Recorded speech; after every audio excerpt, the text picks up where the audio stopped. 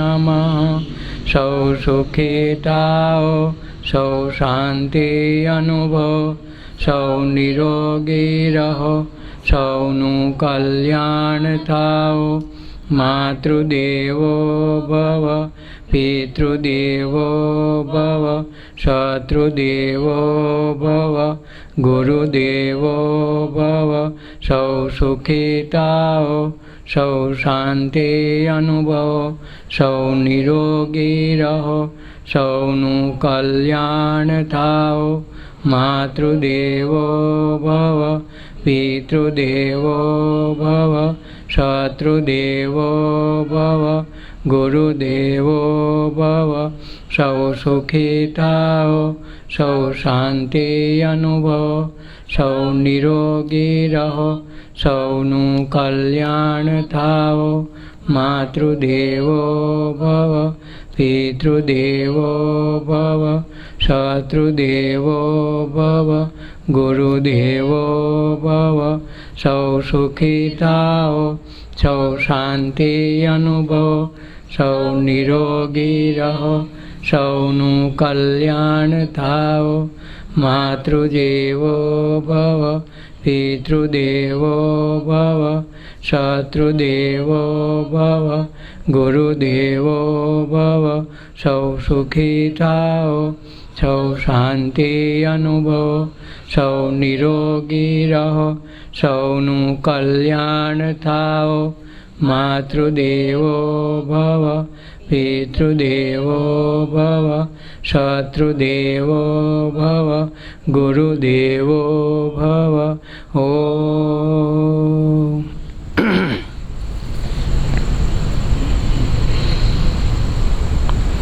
હે મન આનંદ આનંદ કરીએ, હે મન આનંદ આનંદ કરીએ. કે તે ભવસાગર તરીએ રે. હે મન આનંદ આનંદ કરીએ, કે તે ભવસાગર તરીએ રે. મન આનંદ આનંદ કરીએ. કે સત્સંગે સુરતા શાને દરિયે. કે સત્સંગે સુરતા સાને ધરીએ. ભજનમાં ભરોસો એનો કરીએ. ભજનમાં ભરોસો એનો કરીએ. કે જ્ઞાને ગુલતાન થઈને ફરીએ. હે મન આનંદ આનંદ કરીએ, કે જ્ઞાને ગુલતન થઈને ફરીએ. હે મન આનંદ આનંદ કરીએ. કે તે ભવસાગર તરીએ રે. હે મન આનંદ આનંદ કરીએ, કે તે ભવસાગર તરીએ રે. હે મન આનંદ આનંદ કરીએ. કે ફરી ફરી નવ આવે આ ફેરો. કે ફરી ફરી નવા આવે આ ફેરો. જીવન મુક્તિનો આ છે છેડો. જીવન મુક્તિનો આ છે છેડો. કે શૂન્યમાં શબ્દને ફેરવીએ. હે મન આનંદ આનંદ કરીએ, કે સોનામાં શબ્દને ફેરવીએ. મન આનંદ આનંદ કરીએ. કે તે ભવસાગર તરીએ રે.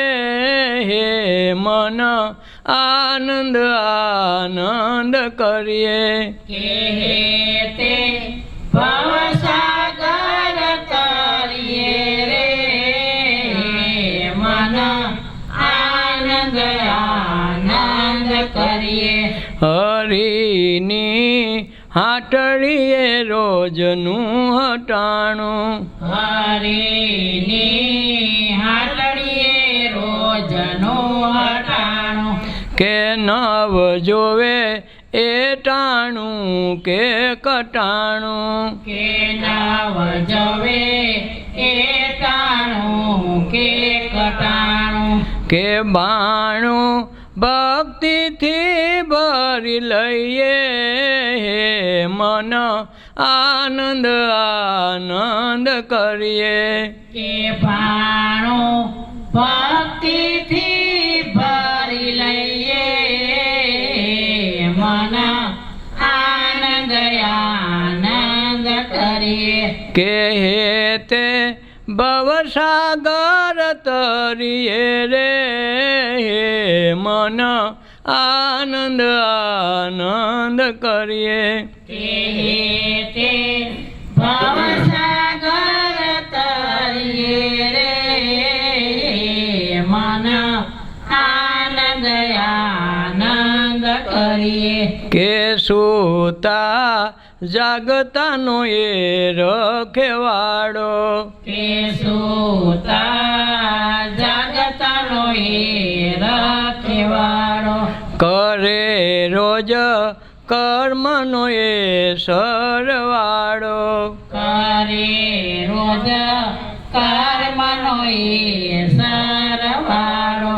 કે નીત સત્સંગમાં જઈ વસીએ હે મન આનંદ આનંદ કરીએ કે નીત સત્સંગમાં જય વસીએ મન આનંદ આનંદ કરીએ કે હે તે ભવસાગર તરીએ રે હે મન આનંદ આનંદ કરીએ કે તે ભવસાગર તરીએ રે મન આનંદ આનંદ કરીએ જમન જીવ તાપદ નિર્વાણી સમાન જીવ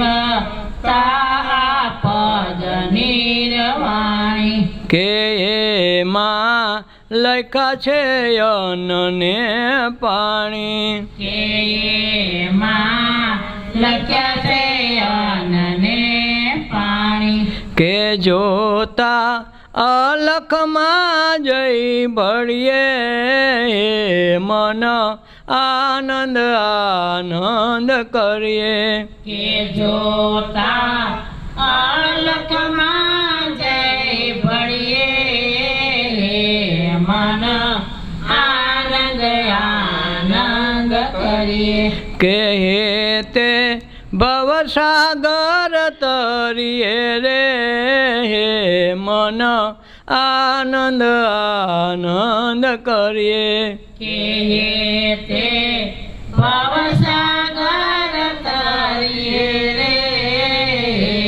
મન આનંદ આનંદ કરીએ મનની ઉત્પત્તિ જ આનંદ માટે થઈ છે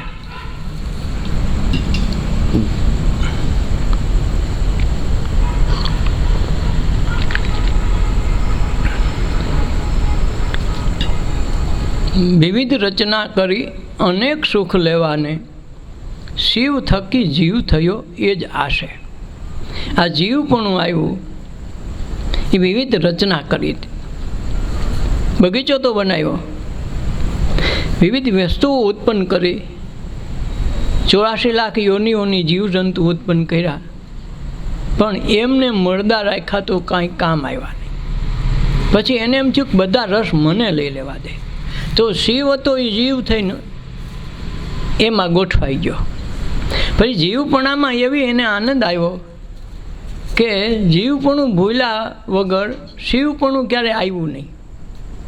જો જીવપણું ભૂલે તો શિવપણું આવે, પણ જીવપણામાં એટલો બધો રચ્યો પચ્યો રહેવા માંડ્યો કે એને બધી જ યોનિમાં મજા આવે, ક્યારેય છૂટવાની એને ઈચ્છા જ ન થાય કે હવે આપણે આ જગતમાંથી છૂટીને આપણે શિવપણામાં ભળી જઈએ, જ્યાં આપણું મૂળ ઘર છે ત્યાં આવી જઈએ. એ 84 લાખ યોનિમાં ફરીને મનુષ્ય અવતાર આવે ત્યારે સાધુ સંતો મહાપુરુષો અવતારી પુરુષો આવીને આ જગતને જગાડે કે એલા તમે આ મોહ નિંદ્રામાંથી જાગો, તમારા સ્વરૂપમાં તમારા ઘરમાં તમારું જે નિજ રૂપ છે એ રૂપમાં તમે જઈને મળો. આ ભવસાગરના ભાવટિયામાંથી તમે હવે બહાર નીકળો, તમે જીવ નથી, તમે શિવ છો. આ જે ઉત્કૃષ્ટ માનવ દેહ છે એમાં સંતો જગાડીને કહી શકે આ યોની એવી છે કે આમાં બધું શક્ય છે. ભેંસને ન કહેવાય કે તું ભાગવત વાંચીને તું ધ્યાન કરી લે, એને કહેવાય નહીં, કારણ કે એકે યોની એ બધી ભોગ યોની છે. મનુષ્ય અવતાર એક દેહ ધરીને આવ્યો એ યોગ યોની છે, જેમાં બધા જ યોગ હોય, સંયોગ હોય તો જ એકબીજાને મળવું થાય. એકબીજાના ઋણ હોય તો એના ઋણાનું બંધનને હિસાબે મળવાનું થાય. અને એ મળતા મળતાંય જો અંદર ઈશ્વર સાથે ભળી જાય તો એને આવાગમનનું કોઈ બહાનું રહે નહીં. પણ આ ભોગવિલાસમાં જ એને એટલી મજા આવે, જેમ કમળના ફૂલમાં ભમરો છે એ સુગંધ લેવા સવારમાં કમળ ખીલું હોય ત્યાં જ બેસી જાય. ધીરે ધીરે એને ખબર નથી એ રસ લેવામાં એટલો મસ્ત બની જાય છે કે એને ખ્યાલ નથી આવતી કે હમણાં સંધ્યા ઢળશે, શાંત થઈ જાય એટલે કમળ પાછું ભીડાઈ જાય તો આપણું મૃત્યુ નક્કી છે. છતાંય એ પોતે એમાં એવો ગુલતાન એવો રસમાં તરબોળ થઈને રહીએ કે સાંજ પડી જાય અને કમળ ભીડાઈ જાય ને ભમરાનું મોત થાય. નકર એ ભમરો છે એ ગમે એવા લાકડાના ગમે એના ઘરમાં ઘૂસી ગયો લાકડામાં તો લાકડામાં હોલ પાડીને બારો નીકળી જાય. તો કમળ તો એકદમ નાજુક છે, હલે તોય બારો નીકળી શકે, પણ તઈ એને યાદય નથી આવતું કે આપણે આ બંધનમાં આ મૃત્યુના મોહમાં જઈએ છીએ. એમ મનુષ્ય દેહ જન્મથી મૃત્યુ સુધીમાં એ સફરે નીકળ્યો છે આનંદ લૂંટવા માટે, અને એમાં અનેકવિધ કર્મના બંધનની તકલીફો, એની વેદનાઓ, એની પીડાઓ, એના કર્મ જે કાંઈ આવે છે જીવનમાં એને જોતો જોતો ક્યારેક ક્યારેક રોતો પણ હોય કે મને ભગવાન અહીંયા ક્યાં લગાડ્યો, મને આવા દુઃખ, મને આવી તકલીફો શું કામે દીધી. એ પસ્તાવતો હોય, ભગવાનના મંદિરમાં પ્રાર્થના પણ કરતો હોય ભગવાન અમને આમાંથી છુટકારો મળે. પણ એ છુટકારો શેમાંથી માગે છે? એ ફક્ત દુઃખમાંથી છુટકારો માગે, સુખ માગે છે. તો સુખનો પડછાયો એટલે દુઃખ, ને દુઃખનો પડછાયો એટલે સુખ.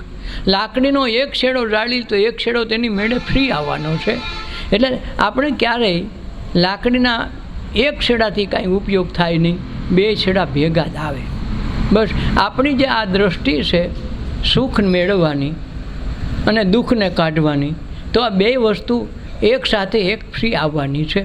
પણ એ આપણને ખ્યાલ નથી કે આ દુઃખને છેડે સુખ રહેલું છે અને સુખને છેડે દુઃખ રહેલું છે.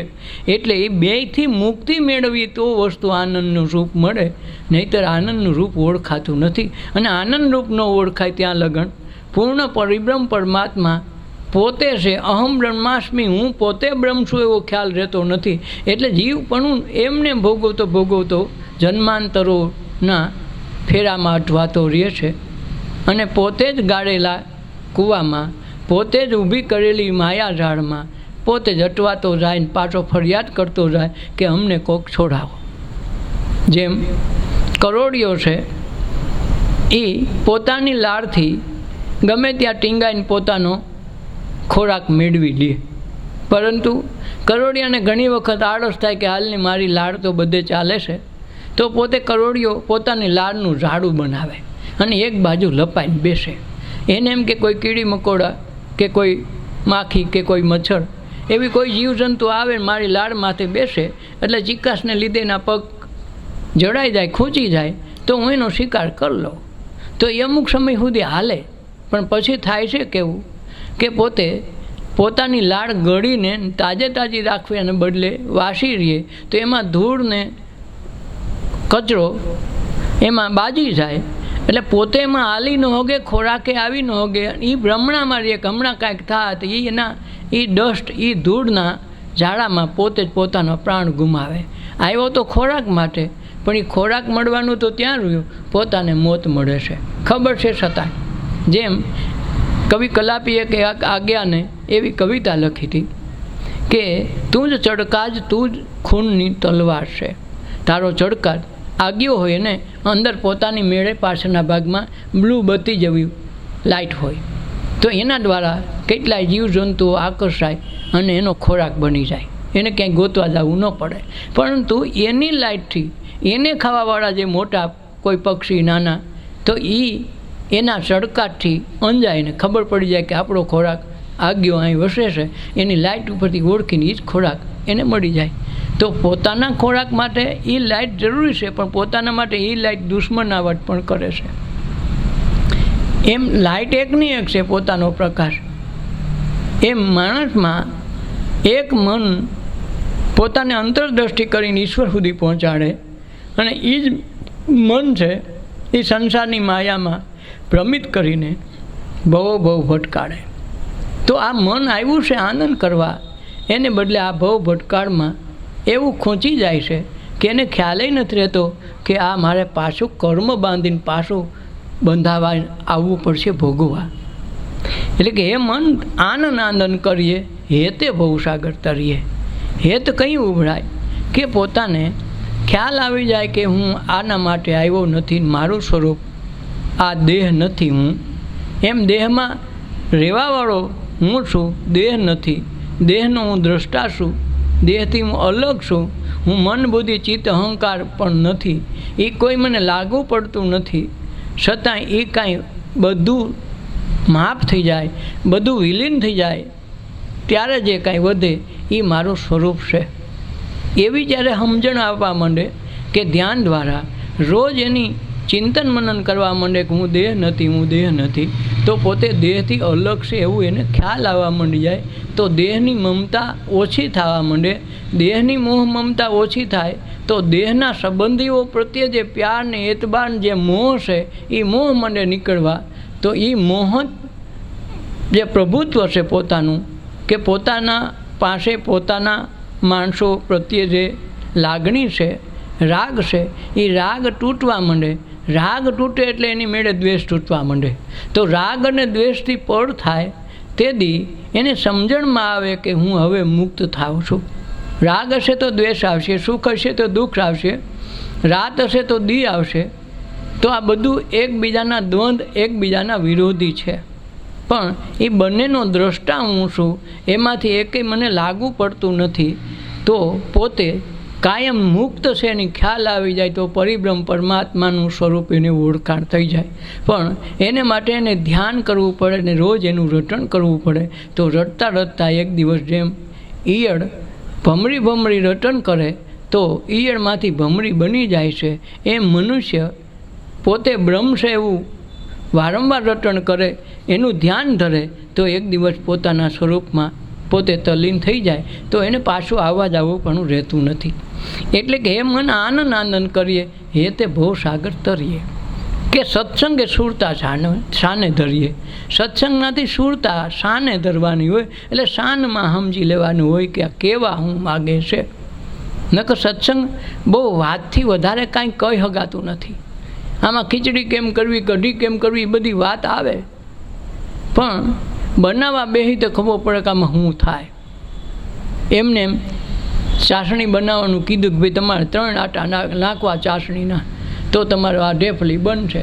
હવે 3 આટા, હવે આપણે કેટલી ખાંડ નાખી, આપણો તાપ કેવો છે, કેવું આપણું ટોપિયું છે, તો એને કીધા 3 આટા ને આપણે 5 આટા એ નોય થાય. એ ચાસણી લેવી એ મુખ્ય ખૂબી છે.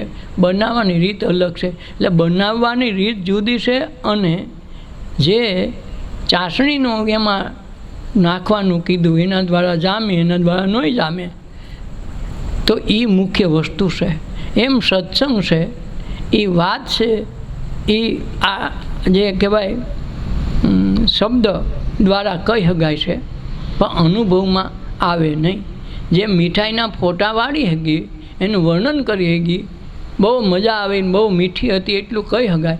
પછી મીઠાઈની જે અસર થવી જોઈએ, અનુભવ થવો જોઈએ, એ તો પોતાએ ખાઈને જ કરવો પડે, અને ખાધા પછી શબ્દ રહેતા નથી. એ અનુભવમાં જેથી આ સત્સંગ આવી જાય, ધ્યાન આવી જાય, તો એનાથી પર જે વસ્તુ છે પરમાનંદ, આનંદ તો ઠીક, પરમાનંદ છે એમાં તદ્રુપ થાય, તો પછી આવવા જવા પણ રહે નહીં. એક વખત વૈષ્ણાચાર્ય એક મહાપુરુષ છે, એ દક્ષિણ ભારતમાં રહે છે, ગોપાલીનું નામ છે. હવે એની ઉંમર થઈ ગઈ, રોજ ગંગાજીમાં નાહવા જાય. 1.5 કિલોમીટર દૂર એનો આશ્રમ છે, કેટલા અનુયાયીઓ છે. તો જ્યારે એ ગંગા નદીમાં નાહવા જાય ત્યારે પોતાની ઉંમર થઈ જવાથી હાલવા માટે એને ટેકો લેવાની જરૂર પડે. રામાનુજાચાર્ય છે, તો એ જાય ત્યારે બ્રાહ્મણ શિષ્યનો ટેકો લે નાવા જવા ટાણે, અને વળતા જ્યારે આવે તો કોઈ શુદ્ર વ્યક્તિનો ટેકો લઈને પાછા આશ્રમમાં આવે. રોજ આનો ક્રમ થઈ ગયો. વૃદ્ધાવસ્થા આવી એટલે એના અમુક શિષ્યોને આ ગમ્યું નહીં. એના કરતાં બીજા ધર્મધરો ઘણાને આ ગમતું નહીં કે આ સારું ખોટું થાય. જાહેરથી બ્રાહ્મણનો ટેકો લે, આવે ત્યારે શૂદ્રનો કોઈ લે, આ કાંઈ વ્યાજબી વાત છે? આ તો ઉલટું હાલે. નકર જાય ત્યારે શૂદ્રનો ટેકો લે ને વળતા નાઈને આવે ને બ્રાહ્મણનો ટેકો લે તો વ્યાજબી કહેવાય. એને બદલે આ ઉલટું હાલે. એ વૈષ્ણવાચાર્ય રામાનુજને ન શોભે.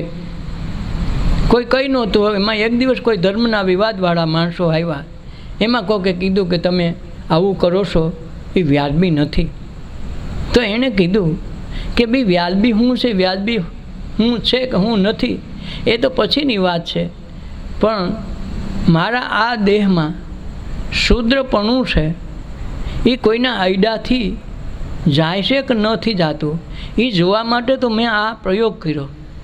આ પ્રયોગ છે એ પરમ તત્વને ક્યાં લાગુ પડે છે? અંદર જીવ છે કે શિવ છે એને તો કાંઈ અડતું નથી. આ દેહ કરતાં મન કદી પવિત્ર થાય? મારી આભડસેટ જો અંદરના ભાગમાં છે એ શૂદ્રને નાહ્યા પછી હું અડું તો મારાની અંદરની જે શુદ્રતા છે એ દૂર કરવા માટે મારો પ્રયોગ છે. અંતર તો ઈશ્વર છે, પણ આ જન્મથી જે અંદરથી લાગુ પડી ગઈ છે, મનમાં દ્રઢતા આપણને કરી દીધી છે કે આ શુદ્રતા છે, એ શુદ્રતાને દૂર કરવા માટે ગંગા યમુના કોઈ ટૂંકી પડે, કોઈક અડે અને આપણે આભડસેટમાંથી બાળા નીકળી જઈએ, એ તત્વે પહોંચી જઈએ તો આપણે વૈષ્ણવ સાચા કહેવાય. આ એની ગણતરી હતી. એટલે સત્સંગે સુરતા સાને ધરી, ભજનમાં ભરોસો એનો કરીએ. ભજનમાં ભરોસો હોય તો ગમે એવું હોય તો એના કાર્ય થવા માંડે. ભરોસો ભજનમાં હોવો જોઈએ. જ્ઞાને ગુલતાન થઈને ફરીએ હે મન, આનંદ આનંદ કરીએ. જ્ઞાનમાં ગુલતાન થઈને ફરવાનું. જ્ઞાન કેવું કે હું બ્રહ્મ તત્વનો ઉપાસક છું, હું સ્વયં બ્રહ્મ છું, તો બ્રહ્મને ક્યારેય ડાઘ લાગે નહીં. જેમ મણીને કોઈ ડાઘ લાગે નહીં, હંગળો તોય સૂર્ય આથમે તો એમાંથી પ્રકાશ એની મેળે સ્વયં પ્રકાશ ઉપજે, એમ આત્મતત્વનો પ્રકાશ કાયમી અંદરથી ઉપજે છે. એ પોતે બ્રહ્મ છે, બ્રહ્મ કોઈ ડાઘ ન લાગે. જેમ અગ્નિને ઉદય ન લાગે એમ મહામણીને ધૂળ પણ લાગે નહીં. એટલે એ જ્ઞાનને ગુલતાન થઈને ભરીએ હે મન, આનંદ આનંદ કરીએ. કે ફરી ફરી ન આવે આવા ફેરો. મનુષ્ય જન્મમાં જ આ બધી વ્યવસ્થા આપી છે, પછી તો ભોગ યોની છે, એટલે ગમે યોનીમાં જન્મ લ્યો તો તમારે ભોગવો તો ચાલુ રહે. પહેલાં 20 વર્ષ 25 વર્ષ જે કાંઈ લખ્યા હોય એટલા વર્ષ એને રહીને જીવીને ગુજારી નાખવાનું. ઊંટના જેટલા વર્ષો રેખાય એ પ્રકાર વહી જાવ, એમાંથી ભગવાને ન થાય ને ભજને ન કરીએ કે કાંઈક થઈ શકે એવું નથી. એ આ મનુષ્ય અવતારમાં આ બધી યોનીઓનો રાજા કહેવાય તો મનુષ્ય દેહ છે. એટલે ફરી ફરી ન આવે આ ફેરો. જીવન મુક્તિનો આ છેડો છે. આ જીવન રાખવું કે મુક્તિ મેળવી લેવી, આ મનુષ્ય દેહ એ જ એનો છેડો છે. આથી છેડો ક્યાંય આવતો નથી. શૂન્યમાં શબ્દને ફેરવીએ. શેમાં? શૂન્યમાં શબ્દને ફેરવવાનો છે. શૂન્ય થયા વિના શબ્દની ઓળખ થતી નથી. હાવ ખાલી પડદામાં જ તમે કાંઈ ટપકું કરી દેહો તો એ ટપકાને આધારે બધા જો ટપકું કર્યું ટપકું કર્યું. ટપકાને જો આખું કપડું સફેદ છે ને કોઈ નહીં જોવે. એમ શૂન્યમાં શબ્દને ફેરવીએ. હે મન આનંદ આનંદ કરીએ. કે હરિની હાટડી રોજનું હટાણું. એ ન જોવે ટાણું કે કટાણું. આ હરિની હાટડી જેવી છે, રોજનું હટાણું હોય. એમાં ટાણું કટાણું કોઈ દી નહીં જોવે. આપણને એને શ્વાસ 2 નમૂન 2મી સાલ આપ્યા છે તો શ્વાસ માટે એણે ક્યારે એમ નથી કીધું કે ભાઈ હવે આ બહુ વરસાદ થઈ ગયો તો હજકમ જેવું છે તો હું બેગ દીક નહીં આવું. એ ટાણું કટાણું ક્યારેય ન જોવે. ગમે એવા ક્રોધમાં હો, ગમે એવા આનંદમાં હો, સુખમાં હોય, ક્યારેય શ્વાસ લેવાનું ભૂલાય નહીં. અને ઓલો ક્યારેય ના નહીં પાડે, વટકીને ઊભો નહીં રહે કે હવે 2 દી નથી આવવું એમ. એમાં આપણો કોઈ અધિકાર પણ નથી. અને એ સહજ મળે એની મેળે મેળે આવે છે અને જાય છે. એટલે આપણું જીવન ચેતનવંતું બને છે. આપણું શરીર એક એક અવયવને ઉર્જા આપે છે. પણ એમાં આપણો કાંઈ દાવો કરીએ એમ નથી. જેમ શરીર છે એ માતા પિતાની કૃપાથી મળેલો એક અમૂલ્ય ભેટ છે. એમાં આપણો 1% હિસ્સો નથી. તો એ માણસ આખી જિંદગી હું કરતો ફરક મેં કર્યું મારા થકી થયું. અલા દેહે તારો નથી, દેહમાં તારો એક અણુભાર, તારો એક શબ્દ ભારે, આમાં તારો હિસ્સો નથી, તારો ભાગ નથી. તો તું ક્યાં આધારે હું કરતો ફરશો? અને બીજું, જેને આધારે દેહ હાલે છે એ શ્વાસ ઉશ્વાસ તો એની મેળે આવે છે. એમાં તમારો તો કાંઈ હાલતું નથી. ને કે જો આપણું હાલતું હોય તો આપણે શ્વાસ લેવાનું થોડી દઈએ તો અમર થઈ જાય. કોઈ શ્વાસ લેવાનું છોડે જ નહીં પોતાનું હાલતું હોય તો. પણ આપણું તો એમાં કાંઈ હાલતું નથી. તો આમાં અભિમાન કરવું તો કરવું શેનું? ઘણાને એવું હોય કે અમે સહી તો આ બધું હાલે, અમે ન હોય તો કાંઈ ન હાલે. એટલે ગાંડા તું જન્મો નહોતો તેથી આ જગત તો આમને એમ હતું. તારા બાપા તારા ભાઈ બહેનો જે કાંઈ હતા એ બધા એમનું નહોતા. તો જગત તો ટેસ્ટી હાલતું હતું, એ સગાવાલા હતા. આજ તું લગ્ન કરીને મોટો થયો, તારી ઘરે દીકરા દીકરી થયા તો આ જગત હાલે છે ને છતાંય તું હું કરતો 2 પૈસા કમાઈને પછી કંઈક નહીં હંમેશા કાંઈક કરીને અમારા દ્વારા થયું. તો ગાંડા હવે તે દ્વારા તારા દ્વારા થયું એ વાત હાસી કેવી રીતે તું કરી શકે સાબિત? આમાં તારું શું છે કે તારા દ્વારા કહીશો? તો એ જે વસ્તુ છે એ બેમાંથી એકેયમાં અભિમાનમાં આપણે સહી તો હાલે. કાલવાળા દુનિયામાંથી આપણે વયા જઈએ કે ઘણા વયા ગયા, સિકંદર જેવાય વયા ગયા, છતાંય એ જગત આમનું ન હાલે. હવે આપણે એટલી બધી હોશિયારી કરતા હોય, 2 પૈસા થઈ ગયા હોય, 2 ફૂટ ઊંચા હાલતા હોય, તો રાવણ જેટલો તો હોશિયાર કોઈ નહીં. એને નગરી આ કંઈ હોનાની. તો એ કેટલો સાવકાર હશે. હું કરતો તો સારો વયો ગયોનો એક દી રાખવાનો ટાઈમ મેળ્યો નહીં.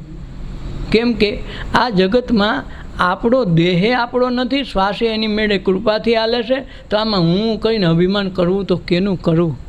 સિકંદરે કહેતો મારા જેવું કોઈ નહીં, એમાં તમને હું ખબર પડે? મારી કબરમાંથી અવાજ આવશે. જ્યારે એ સિકંદર મર્યો ને એની માને ખબર પડી કે હાલ 5મો દિવસ છે, કબરમાં દીવો તો મૂકી આવું. દીવો મૂકીને પ્રશ્ન કર્યો કે હે સિકંદર, તું કહેતો તો મારા જેવું કોઈ નહીં, મારા જેવું કોઈ નહીં. માં તને ખબર નથી પડતી? મારી કબરમાંથી એવો જ અવાજ આવશે કાંક મેં આખી દુનિયા જીતી લીધી. હે સિકંદર, તું ભૂલી ગયો શું છે? તે વચન દીધું હતું ને કે મારી કબરમાંથી અવાજ આવશે. માં ભૂલી નથી ગયો, બધું યાદ છે. તો આ સિકંદર નહીં, મારા જેવા તો હજારો સિકંદરો પીડા છે, કરોડો સિકંદરો પીડા. આમાં જે હું કરતા બધા આ જગતમાં પીડા. માધાતાથી આખી પૃથ્વીના 3 લોકના ધણી થઈને બેઠા હતા એ બધા આમાં હમાઈ ગયા. એમાં હું એની સુરસુરી, એની આગળ સુરસુરી નથી. તો મારામાં હું વખાણ કરું અને મારે હું કરવું? હવે મને ખબર પડી માં તું કહેતી હતી સાચું છે. એમ હું કરતો, ઘૂઘવાટા કરતો, માનવ ગરજે ઘૂ ઘૂ ઘૂ. આજે કબૂતરોનું ઘૂઘું મીન પ્યાસીએ આ કવિતા લખી છે. એમાં એ જ છે કે માનવ સરખો, માનવ સમજીને ઘુવડની જેમ ઘૂઘવાટા કરે છે. માનવ ગરજે હું કબૂતરોનું ઘૂ ઘૂ ઘૂ. હા, આમાં તારું છે હું તો હું કહીશો. એટલે શૂન્યમાં શબ્દને ફેરવીએ એટલે આ બધું લોપ થઈ જાય. પછી જે કાંઈ વધે એ શૂન્ય થાય. અને એ શૂન્યમાં જ્યારે શબ્દને પરોવવા માંડે તો તરતો તઈશ અહમ બ્રહ્માસ્મિનો નાદ ઉઠે, તરત ખબર પડી જાય કે હું બ્રહ્મ છું, હું બ્રહ્મ છું. તો આ બ્રહ્મ તત્વની જાગૃતિ આવી જાય તો આ દેહમાં જીવતા જીવ મોક્ષ પદને પામી જાય, પાછું આવવું જવું પડે નહીં. જેમ સુખદેવજીએ પરીક્ષિત રાજાને કીધું કે પરીક્ષિત રાજા, તું અમારે ત્યાં આવ્યો તો ખરો, પણ હું કામે આવ્યો? તો પરીક્ષિત રાજા કે મને 7મે દિવસે મારું મૃત્યુ નિશ્ચિત છે, ઋષિનો જે શ્રાપ છે એ પાછો તો નહીં વળે, પણ મારે મારી રીતે પાછું વળવું છે. મારે જીવતા જીવ 7મે દિવસે મને મોક્ષ થાય એવું કરી દો, મારે બીજું કાંઈ કરવું નથી. કારણ કે એને ખબર હતી કે આ સપ્તાહ વંચાય તો 7મે દિવસે મોક્ષ જરૂર થઈ જાય, એટલે તો આપણે 7 દીની સપ્તાહ રાખી. શ્રીમદ ભાગવત 7 દિવસ, રામાયણ વાંચવું તો 9 દિવસ, તો 7 દિવસ એટલા માટે કે 7મે વારે ગમે ને બધાને મૃત્યુ 7મે વારે થાય છે. ભાઈ રવિવાર હોય 7, કોઈકના 7 વાર છે, 8મો વાર રાખ્યો જ નથી, એટલે ગમે એક વારે થાય. આપણે ઈજકુંડાળામાં બધા છે 7મે દી આપણું થાય, ગમે એનાથી ગોળ ગોળ ગણો એટલે કયો પહેલો ને કયો સહેલો એ નક્કી ન થાય, એટલે 7મે વારે બધાનું થાય. અને એણે એમ કીધું મારે જીવતા જીવ મોક્ષ લઈ લેવો. અને આપણે તો બધા બાપા વાહન મા વાહન સપ્તાહ બેહાડી, કાં કોકની સપ્તાહમાં આપણો પાટલો રાખીને ફોટો રાખીને રૂપિયા દઈ દઈ તો આપણને એમ કે એની મોક્ષ થઈ જાય. એટલે એવો મોક્ષ નવડો ને સસ્તો હોય તો માણસ એ જ કરે ને. તો પરીક્ષિત રાજા એ જ કહે ને કે ભાઈ મારે તો રાજ છે, તમે આખી જિંદગી સપ્તાહ પૈસા કરો, તમારે જે થાય રાજમાંથી રૂપિયા લઈ લેજો, 7મે જે પૂરી થાય 8મે જે પાર્ટી ચાલુ કરો. તો એટલે એમ મોક્ષ થતો હોય તો હાવ સસ્તો સોદો છે, એમ ન થાય. એના કર્મ છે, એ કર્મ તો બધાને ભોગવવા પડે, સમય આવે એટલે બધું કરવું પડે. રામે આખી રાત અયોધ્યા શણગારી, સવારે મારે રાજ કરવાનું છે, સવારે રાજગાદીએ બેહું અને સવારે 4 વાગે પાણી પીવા ગયા ઘરે, ત્યાં કોક ભવનમાં કઈને દેખા કે અરે માં તું આ કેમ? એને એ ખબર નહોતી કે આ બધી આઈટમ આ રાતે નાટક ભજવાઈ ગયું, કેમ અહીં હુતાશ? કે શું કરું, મેં વરદાન માંગ્યા તારા બાપા પાસેથી, એને બહુ દુઃખ લાગ્યું ને મને જવાબ દેતા નથી. કે કેવા વરદાન? તને કહે તો તને દુઃખ લાગશે, નહીં લાગે માં કહી દે. તો કે અમને તને વનવાસ 14 વર્ષનો, અમારા ભરતને ગાદી. અરે માં તો તે કામ કરી દીધું. આવું વરદાન માંગ્યું તો મને ખુશ થઈ ગયો. હું તો વનમાં જાય તો ઋષિમુનિઓને સાથે મળવાનું થાય, સત્સંગ થાય, આ દેહમાં રહેલા દેવને ઓળખાણની વ્યવસ્થા થાય. ભગવાન તું તો બહુ સરસ કર્યું માં, એમાં મૂંઝાવાનું ક્યું? આ કોક ભુવનમાં બેહવાનું હું? હાલ તમ તાર મારા બાપાને કહી દઉં. બાપાને કહેવાનું પ્રાણ લઈ ગયા, શું કરો? આવી વાત છે. તો જાનકીનાથે ન જાણ્યું સવારે જાનકીનાથે શું થઈ જાય, એમ આ દેહનું ક્યારે શું થઈ જાય પાકું ન કરી શકાય. કંઈ મૃત્યુ આવીને આપણને પોખી જાય ખબર ન પડે. કે આ જગતમાં ક્ષણવારની ખબર નથી રહેતી, પલની ખબર નથી, છતાં આપણે પરમદીની વાતો કરીને 1000 વર્ષ પછીની વાતો કરી, કાલની ખબર નથી. કે હરીની આટેડી રોજનું હટાણું, નવ જોવે ટાણું કે કટાણું. કે મોતાવાને કંઈ વાટ જોવે, અરે દીકરીને લગ્ન હતા ને કે બસ છેલ્લો ફેરો હતો ને તો આ બાપા ઢરી પડ્યા, એટલે એ કાંઈ વાટ જોવે કે હાલ પૂરા ફેરા થવા જોઈએ? કાંઈ નક્કી નહીં. હલા આ દેહનું એવું છે. એટલે કે ભાણું ભક્તિથી ભરી લઈએ, આ ભક્તિ ફૂજી જાય તો ભાણું કરી લઈએ તો રસ્તામાં આપણે જમવા થાય. જેમ આપણે અહીંથી સુરત કે મુંબઈ કે અમદાવાદ જતા હોય તો પહેલાં જમવાની વ્યવસ્થા પહેલાં કરીએ, નકર રાતે ઘીરે કોઈ દી જમતા ન હોય. 10 વાગે 11 વાગે હોઈ ગયા, સવારે ઉઠીને પછી ભાખરી ખાતા હોય, પણ રાતે કાંઈ ન ખાય. આ તો બસમાં જવું છે તો બધું ભાતું તો પહેલાં તૈયાર કરે કે રાતે હું ખાઉં, જેમ ખાવા હાટું મુસાફરી હોય એમ. તો એના માટે ભાતું તૈયાર તરત કરશે. એક રાતનો સવાલ છે, સવારે ઉઠીને તો ત્યાં બધા જમવા દેવાના છે, છતાંય ભાતું તૈયાર કરશે. પણ જન્મથી મૃત્યુ વચ્ચે જે જીવન છે, મર્યા પછી આ દેહને ઉપાડ્યા પછી ભાતું જે ભેગું કરવાનું છે એ જન્મથી મરણ સુધીમાં કોઈ દી કર્યું નહીં. ભાતું તો એ છે કે સંગાથે આવે.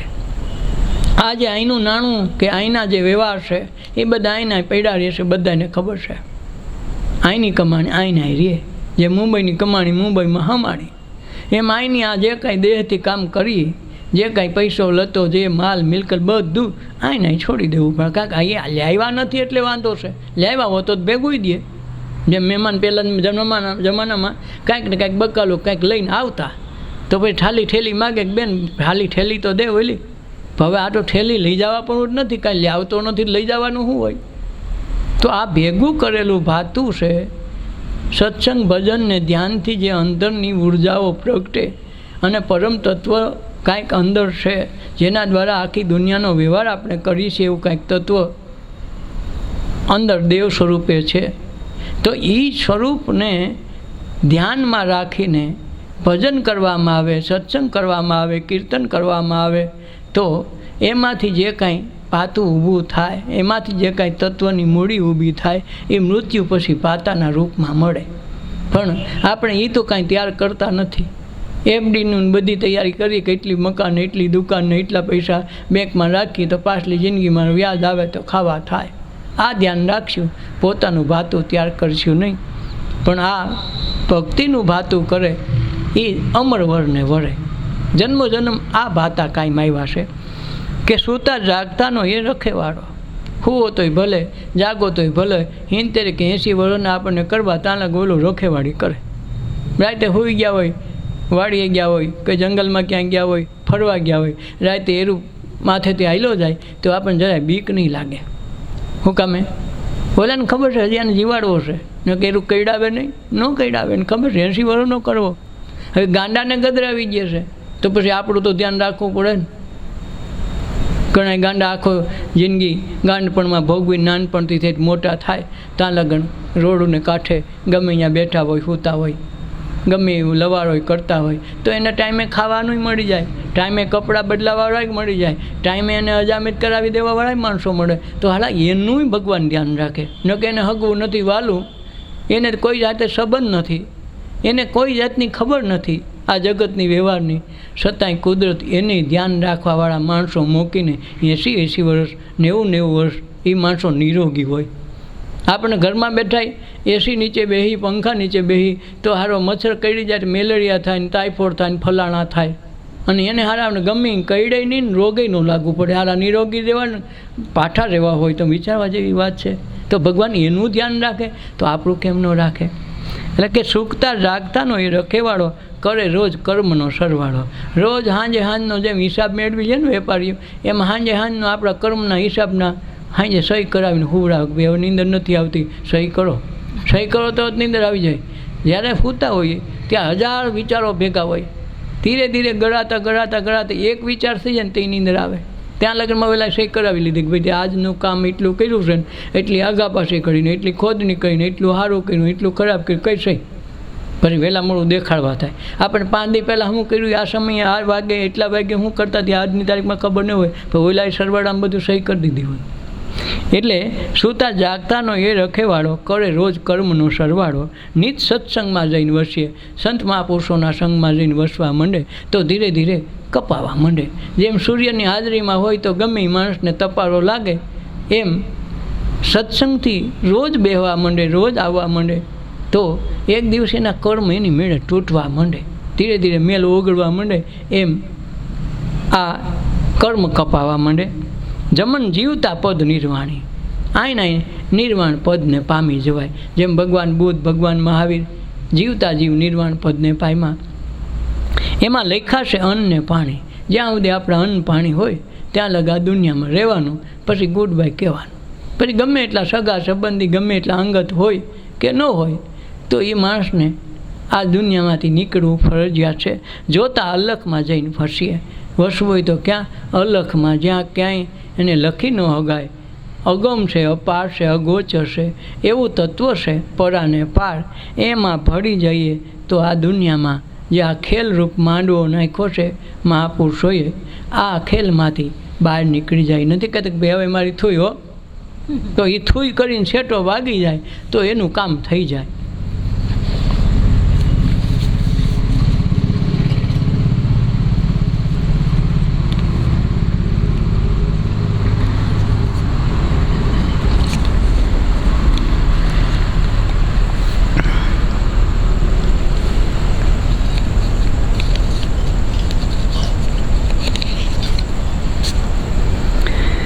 દેખ્યા દિલ દીદારા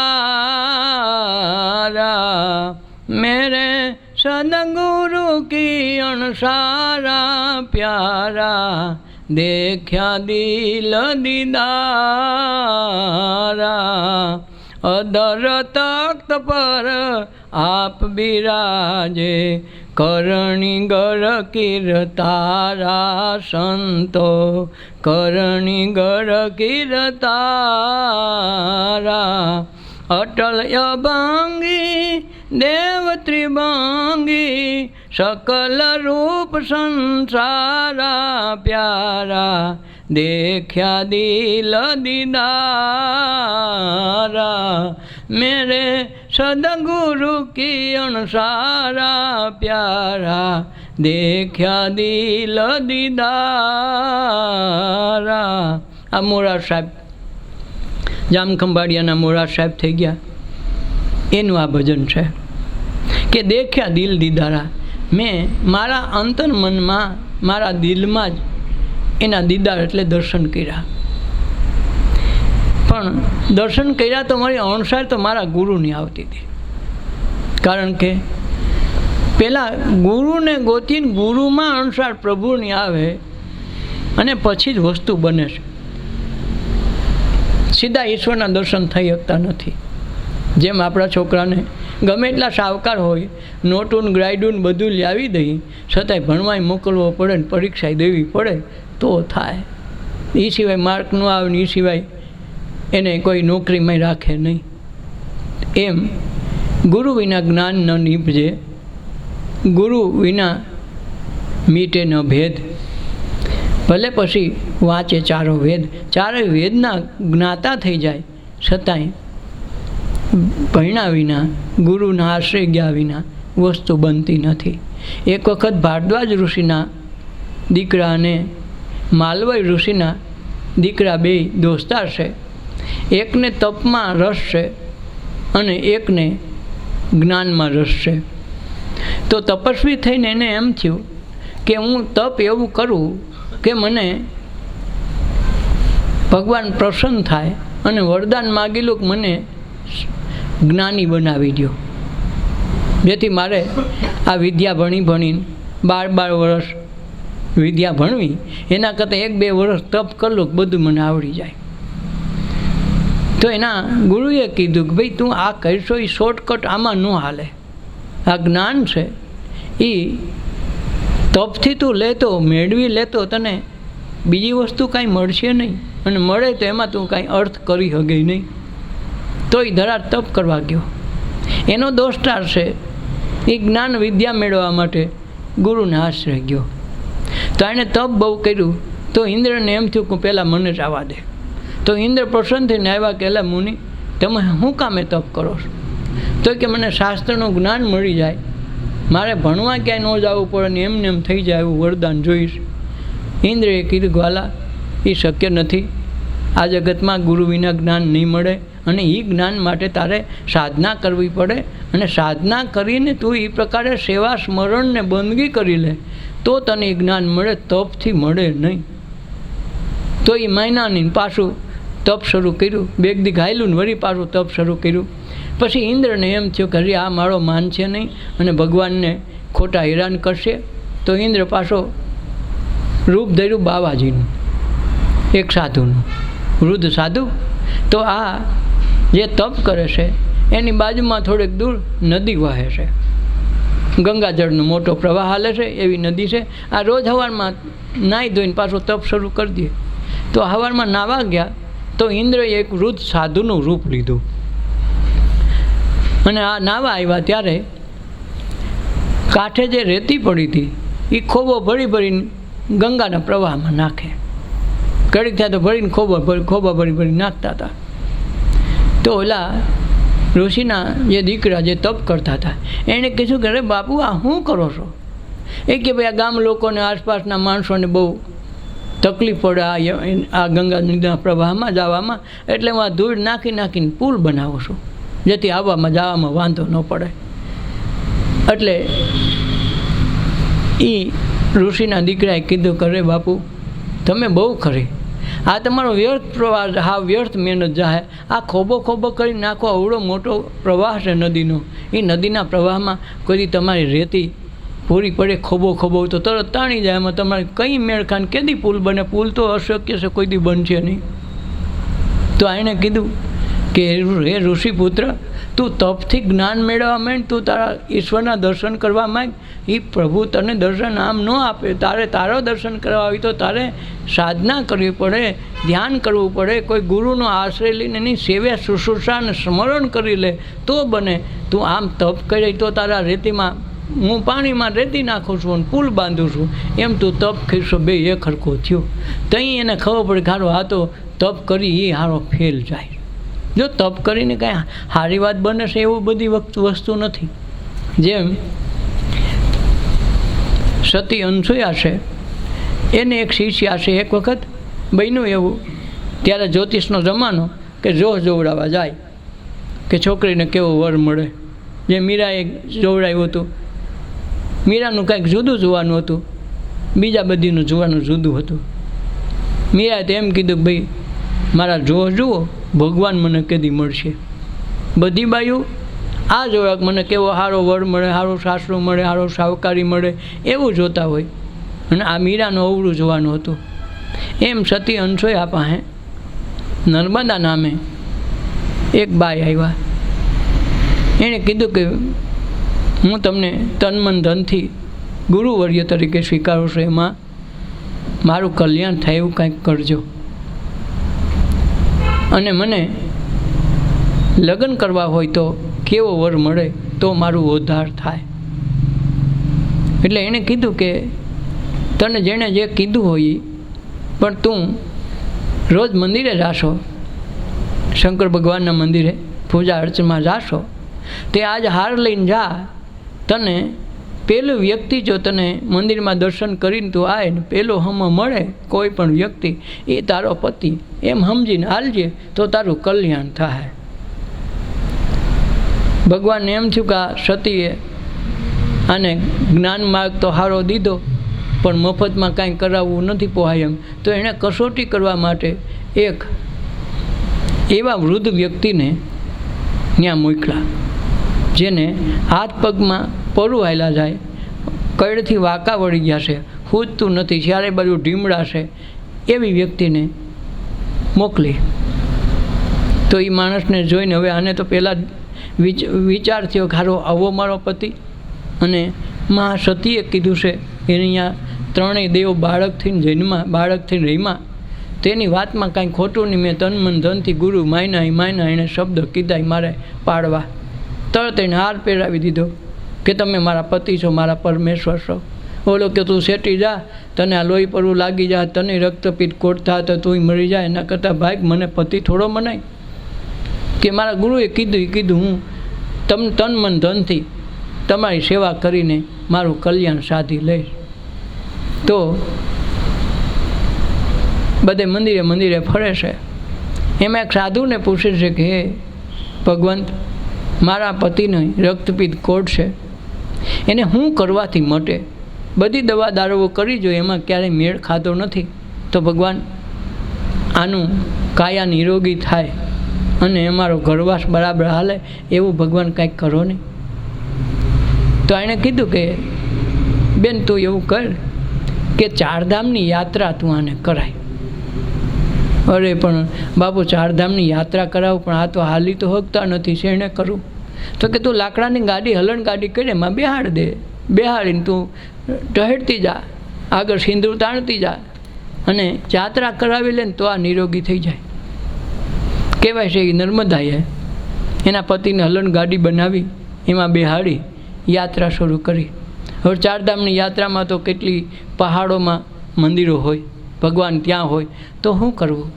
તો આ ચઢાણવાળા ભાગમાં એક ઠેકાણે જાય છે, એમાં થોડોક પાણો આડો આવ્યો, નાનું વ્હીલ, ગાડી ઉથલી પડી અને ડુંગર ઉપરથી કહેવાય છે કે એનો પતિ નીચે આવ્યો રડરડતા. એમાં નીચે તો આવ્યા, પણ થયું કેવું કે એક ઋષિ તપ કરતા હતા, એક સાધુ, એની ઉપર પડ્યા. એની ઉપર પડ્યા એટલે તપ કરતાં કરતાં બેઠા થઈ ગયા. કે તને શરમ નથી આવતી? હું તપ કરું છું ને માથે પડ્યો છો? જા તને શ્રાપ આપું છું, સૂર્ય ઉગશે એટલે તારા પતિનું મોત થાય. બોલો કે પણ ભગવાન, તમારે આવો શ્રાપ થોડો અપાય?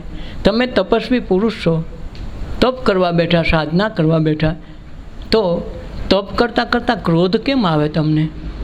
તપ તો તમે શાંતિ માટે કરો છો, પ્રેમ માટે કરો, આનંદ માટે કરો, એને બદલે તમારામાંથી ક્રોધ નીકળો અને તમે શ્રાપ દો છો.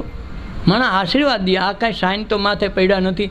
એના શરીર હમું જુઓ, રક્તપિત્ત કોટ છે, એ કોઈને નડે એમ નથી હાલી શકતા, નથી ચાલી શકતા, બેહી શકતા, અને એને એ ઉપરથી પડ્યા એમાં તમારી માથે આવ્યામાં એનો કાંઈ ગુનો નથી, વાંક નથી. નહીં, મેં કીધું નહીં હાલે. સૂર્ય ઉગતા પહેલાં તને તક્ષશિલ નાક કડશે અને તારો પતિનું મૃત્યુ થાય. આ મારો શ્રાપ છે. તો નર્મદાને એમ થયું, કરે મેં સાધના કરી મારા ગુરુની, એના સ્મરણ થકી, એના ચિંતન થકી, એના મનન થકી હું આ મારા પતિને 4 ધામની યાત્રા કરાવું છું. તો યાત્રા પૂરી ન થાય એ પહેલાં જ આને મોત આંબી જાય તો યાત્રા અધૂરી રહે. અને યાત્રા અધૂરી તો મારા મનુષ્ય દેહમાં મારે એને પતિને ભગવાન મેં માન્યો છે, તો એ ભગવાનપણુંનું થાય હો. તો એને નક્કી કર્યું, કાંઈ વાંધો નહીં, સૂર્ય ઉગે તો મારા પતિનું મોત થાય પાકું ને? તો કે હા. કહેવાય છે એણે ગુરુની સાધના, ગુરુનું સ્મરણ કરીને પોતાના ચૂંદડીનો અડધો ભાગ ઘા કહીને આકાશમાં નાખ્યો, સૂરજ ઉગતો નહીં, તને રામજીની આણ છે. હવે તકલીફ કઈ થઈ? આ સતી નારી છે, ગુરુને મહાપૂજીને તો આવી છે, એના સ્મરણ અર્થે તો 4 ધામની યાત્રા કરવા નીકળી છે. તો ગુરુનું વચન તો ફેલ જાય નહીં. ચૂંદડી આવી ગઈ આડીને, સૂર્યનારાયણ ઉગતો બંધ. ટાઈમ થયો, થવા માંડ્યો, ચારે બાજુ અંધારું એમને એમ. કહેવાય છે બ્રહ્મા વિષ્ણુ મહેશ ત્રણેયની ખુરશીઓ મંડ્યું હલવા. કોકે કીધું કે ભાઈ અટાણે આ મહાકાળીનું ખપરે ખાલી છે, નકરી એમ લાગે કે આ કાંઈક પ્રલય થવાનો હોય. તો શંકરને ખબર પડે કે આ પ્રલય થવાનો છે, એને બદલે આ ચિહું કેમ અંધારું થયું, સૂર્ય દેવતા કેમ ઉગતા નથી? પ્રશ્ન કર્યો. એટલે કોકે કીધું કે ભાઈ પૃથ્વીમાં મૃત્યુલોકમાં સતી નર્મદા નામે એક બાઈ છે, એ સ્ત્રીના કારણે સૂર્ય ઉગતો બંધ થઈ ગયો છે. એ ઉગશે નહીં, એને રામની તો દુહાઈ દીધી છે, પણ એનું કારણ શું છે એ તો જાણો. તો કે કારણ જાણવા મળે હું તો આ પૃથ્વી પ્રલય થઈ જાય, આ પશુ પક્ષી મરી જાય, ઉગશે નહીં, દી તો શું થાય? તો ત્રણેય દેવતા વગર હાબીએ જો તપ નથી કર્યું, વ્રત નથી કર્યું, નથી ઉપવાસ કર્યો, નથી નિયમ પાડ્યા, છતાં ત્રણેય દેવતા આવ્યા. ક્યાં? સતી નર્મદા પાસે. કે માતાજી છે હું? બસ આ બાપુએ મારા પતિને શ્રાપ દીધો ને મારી 4 ધામની યાત્રા અધૂરી રહી જાય, તો એ કેદી મારા પતિપણાનું હું પામું? અને એણે કીધું કે ભાઈ સૂર્ય ઉગશે તો તારા પતિનો નાશ થાય. તો હું સૂર્ય ઉગવા જ ન દઉં, નાશ કેનો થાય? જે બ્રહ્મા વિષ્ણુ મહેશને ખબર નથી એ કાર્ય સતી નર્મદાએ કર્યું. એણે કીધું દીકરી આવું ન કરાય, આ સૃષ્ટિમાં કેટલાય જીવોનો નાશ થઈ જાય, પ્રલય થઈ જાય, તો બધાનો પાપ તારી ઉપર આવે. એ પાપની જવાબદારી મારી છે જ નહીં, હું તો કર્મ રહિત થઈ ગઈ છું. માંડ સમજાવી, પાછા ગુરુને બોલાવ્યા કે બેન હંસોયા બેન તમે આવો, આ તમારી શિષ્યા છે નર્મદા, એને આવો હઠ લઈને સૂર્યને રોક્યો છે, તો આ સૃષ્ટિનું હાવ ખતમ થઈ જાય ટાઈમ વગરનું, તો તમે સમજાવો. તો એણે કીધું કે સમજાવું ખરી. એને એનો સાપ પાછો ખેંચી લે, ચોંદડીનો છેડો, પણ એ પહેલાંને અભય વરદાન આપવું પડે. જો કે અભય વરદાન બધું આપી તમને, એને મળવા નહીં દઈએ. જેમ આંખમાં એક ઝબકી આવી જાય ચાલુ સત્સંગે, નથી ઘણા ઝોલો આમ થઈ જાય, એટલી વારમાં એનું મૃત્યુ તરત પાછું સજીવન કરી દઈ તો વાંધો નહીં. કહેવાય છે બ્રહ્માએ એની ક્રિયા કરી, વિષ્ણુએ એમાં પ્રાણ નાખ્યા, અને શંકરે એમાંથી નાશવંત વસ્તુની ચેતન તત્વ હતું એને ખેંચી લેવા માટેની પ્રક્રિયા કરી, તો એક જ વસ્તુમાંથી એને 3ની એક ઝબકી આવી અને આનું મૃત્યુ થઈ ગયું ઝબકામાં, પાછા બેઠા થઈ ગયા એટલે હાજા થઈ ગયો. ત્રણેય દેવતાઓને પ્રસન્ન થઈને કહેવા માગ્યા, હવે તું માગ, બસ માગવા પણ કાંઈ નહીં, મારો જે પતિ છે એ પતિ થઈને રહેવો જોઈએ. હવે એની ચારધામની યાત્રા અહીં પૂરી થઈ ગઈ એમ સમજો, અને હવે મારો પતિ ક્યાંય જાય નહીં. કહેવાય છે કે ભગવાને જ આ કસોટી માટે પ્રયાસ કર્યો હતો, પણ ભગવાન હારી ગયા, જીતી ગયો. આ વરદાન દઈને એ પતિને હાજો હરવો કરવો પડ્યો, રાજા બનાવવો પડ્યો, અને 1000 વર્ષનું આયુષ્ય ભેટમાં દેવું પડ્યું. તપ નથી કર્યું એણે, સાધના કાંઈ નથી કરી, સ્મરણ નથી કરી, નથી પૂજા કરી, નથી અર્ચના કરી, કાંઈ કર્યું નથી, છતાં બ્રહ્મા વિષ્ણુ મહેશ એને ન્યાય આવ્યા. સામેથી વરદાન દેવું પડે. માણસ હજારો વર્ષ તપ કરે છતાંય એને પ્રસન્ન થાય કે ન થાય કાંઈ નક્કી નહીં. અને એને ખાલી ગુરુ આજ્ઞામાં લઈને ગયા તો ભગવાનને આવવું પડ્યું. જેમ અંશોયાએ, સતી અંશોયાએ પતિવ્રતા ધર્મ ખાલી પાડ્યો છે, જે છે એ મારો પતિ ભગવાન છે, ગુરુ છે, જે કાંઈ છે એ બધું છે. એને માયના તો બ્રહ્મા વિષ્ણુ મહેશ એને ગીરે 600 મહિના દીકરા થઈને 600 મહિનાના દીકરા થઈને હિંચકાવા પડ્યા. તો આ ખૂબી ક્યાંથી આવી? ગુરુ પરંપરામાંથી, કે જે લાખો વર્ષ તપ કરે છતાંય ન મળે, એ ગુરુ પરંપરા છે જે મળી જાય. એટલે એણે કીધું, દેખ્યા દિલ દીદારા મારા સદગુરુની અણસારા. જ્યારે આવ્યો ને તે મારા ગુરુની અણસાર આવી. અધર તખ્ત પર આપ બિરાજે. અધર તખ્ત કેને કહેવાય? જેનો તખતો જ નથી એને અધર તખ્ત કહેવાય. જેમ શ્વાસ દેખાતો નથી છે ને, એ મને આપણને દેખાતો નથી ને અહીંથી ગમે ત્યાં લઈ જાય. અહીં બેઠા બેઠા પાણીપુરીનું સ્મરણ થાય, કાલની જરા ખાઈ આવી મંચુરિયમમાં હું વાંધો, ભજીયા તો ભાવતા નથી, ગાંઠિયા ખરી. તો આ જે મન છે અહીંયા બેઠા બેઠા ગમે ત્યાં લઈ જાય. મન કોઈએ દેખવું નથી, છતાં આ 5 મણનો દાગીનો ગમે ત્યાં ઢહેડી જાય, ન જોતું ત્યાં ફિલ્મ જોવાય લઈ જાય. કોણ લઈ જાય છે? મન. આને બિચારાને ખબર નથી, આ તો એનો નાશ છે, એનો ગુલામ છે, ગમે ત્યાં ઉપાડી જાય. તો આ મન દેખાતું નથી છતાં આપણને દોડવે છે. એમ ઈશ્વર તત્વ છે, એ દેખાતું નથી છતાં આખી સૃષ્ટિનું સંચાલન કરે છે. એ તત્વને અધર તખ્ત પર કીધા. અધર તખ્ત પર આ બિરાજે કર્ણીધર કીર્તારા. એ આખા જગતનું ક્રિયા કરનારો એ છે, આખા જગતનું, જેને અલખ કહેવાય. લખી ન હગાય. આકાશમાં તમે ગમે એટલું લખો તો કોઈને હુજે નહીં, તમને ન હુજે નહીં, કોઈને દેખાય નહીં. તમે લખો તોય. કાગળમાં લખો તો દેખાય, પાણામાં લખો તો લાંબો સમય દેખાય, પણ પાણીમાં લખો તો થોડીક વાર દેખાય કે લખ્યું એટલી ઘડી વાં વિખાતું જાય. પણ આકાશમાં લખ્યું એને અલખ, લખી ન હગાય એને અલખ કહેવાય. એટલે અધર તખ્ત પર આપ બિરાજે કર્ણીધર કીર્તારા. અટલ અભંગી દેવ ત્રિભંગી સકલ રૂપ સંસારા. આખો સંસાર બ્રહ્મા વિષ્ણુ મહેશ થકી, એટલે કે સત્વગુણ, રજોગુણ ને તમોગુણ, આ 3 ગુણની એણે માયા બનાવી. અને એ 3 ગુણથી ન્યારા હોય સદગુરુ અમારા. આ 3 ગુણથી સંસાર હાલે, આખો જગત હાલે. બ્રહ્મા એનું સર્જન કરે, વિષ્ણુ પાલન પોષણ કરીને, શંકર એનો સંહાર કરે. આ 3 ગુણથી ન્યારા હોય સદગુરુ અમારા. એટલે કે અટળ અભંગી દેવ ત્રિભંગી સકલ રૂપ સંસારા. આખો સંસાર એનાથી વ્યાપ્ત છે. જેમ સૂરજ એક ઠેકાણે ઉગે તો આખા જગતમાં બધે અંજવાળું 3 નહીં 14 લોકમાં પડે. કે સૂરજ એક જ છે. અટાણ રાત પડી તો સૂરજ આથમી નથી ગયો, પૃથ્વી આડી આવી ગઈ, એટલે બાકી તો સૂરજ તો ચાલુ જ છે. તો એ 3 નહીં પણ 14 લોકમાં એના અજવાળા છે. છતાંય સૂરજ એક જ છે, અંજવાળો અહીં પડે. જેમ દિલ્હીથી કાયદો બન્યો હોય, પોલીસ તમને અહીંથી પકડી જાય, નકર કાયદાવાળા તો ત્યાં બેઠા. એનો અસર રાજાનું, રજવાડાની અસર ક્યાં લગન પણ એની સરહદ ઉપર એના રાજના કામ હાલે, એના નિયમ હાલે. એમ આખા જગતનું વહીવટ એવી રીતે હાલે કે કોઈ દેખાતો નથી છતાં કામ હાલે. ખૂબી આ છે. એટલે અટળ અભંગી દેવ ત્રિભંગી સકલ રૂપ સંસારા. આખો સંસાર એનાથી વ્યાપ્ત છે. પ્યારા મેં તો દેખા દિલ દીદારા. મેં તો મારા દિલમાં એના દર્શન કરી લીધા.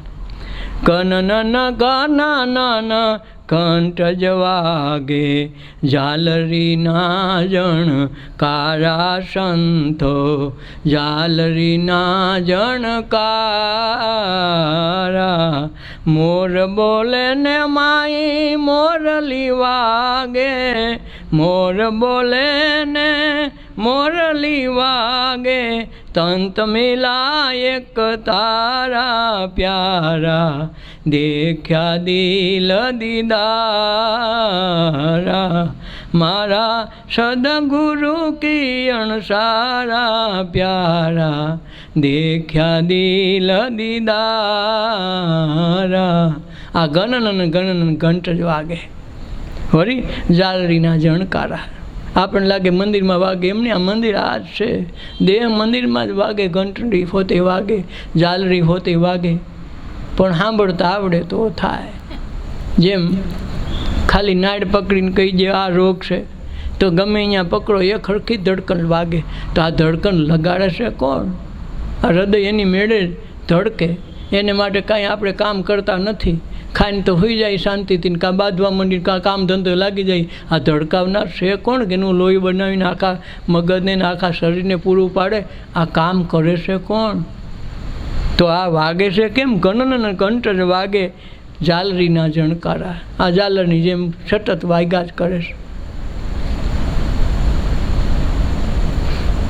જેમ બાઈ કવિ કલાપીએ ગાયું કે આ ખૂનને ચરખે અને રાતે અમારી ગોદમાં આ ખૂનને ચરખે અને રાતે અમારી ગોદમાં આદમ બદમ બોલી રહી ઝીણી સિતારી આપની જ્યાં જ્યાં નજર મારી ઠરે યાદી ભરી છે આપની આંસુ મહીએ આંખથી યાદી જરે છે આપની જ્યાં જ્યાં નજર મારી ઠરે કે જ્યાં નજર ફરી એનું છે આ ખૂનને ચરખે ખૂન આખી જાય ચરખો હાલે છે આ ચરખો અટકી જાય તરકી આ એટેક આવી ગયું ગયા હે આગળ જાય હરીત આગળ બેઠા હતા ને ખાતા હતા ને વાત કરતા હતા ગયા તો આ શું થયું ચરખો બંધ થઈ ગયો એક સેકન્ડે ચરખો બંધ થઈ જાય તો એટેક આવી જાય તો આ ખૂનને ચરખે અને રાતે અમારી ગોદમાં કંઈક 24 કલાકે હાજર છે એ ક્યારેય બારો જતો નથી એટલે હાલે છે જરા કે બારો ગયો એટલે આપણે તરત ભૂઈ જવું પડે એટલે તને રામ કીધા કે ભાઈ આત્મા રામ અંદર બેઠા છે શ્વાસરૂપી હનુમાન કાયમ આગળ બેઠા છે આને જોઈને ખબર પડી કે રામ છે કે નહીં પૂછે ને કે ભાઈ હજી વાંધો ને શ્વાસ હાલે છે શ્વાસ એટલે હનુમાન વાયુપુત્ર હનુમાન છે તો વાયુ કોણ શ્વાસ ઉશ્વાસ રૂપે વાયુ આવે શ્વાસ આવે ઓક્સિજન આવે તો આ શ્વાસ છે એનાથી ખબર પડી જાય ના હજી શ્વાસ હાલો છે તો શ્વાસ હોય એટલે અંદર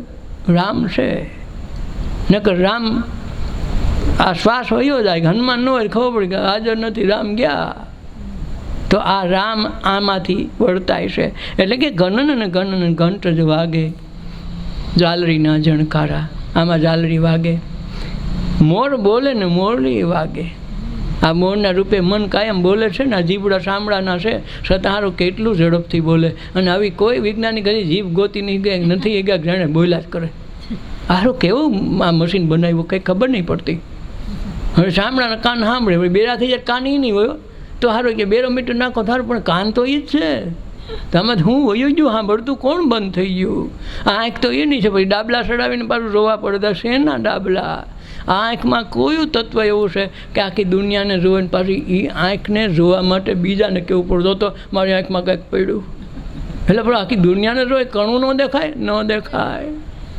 આ જે તત્વ છે એ આમાં મોર બોલે ને મોરલી વાગે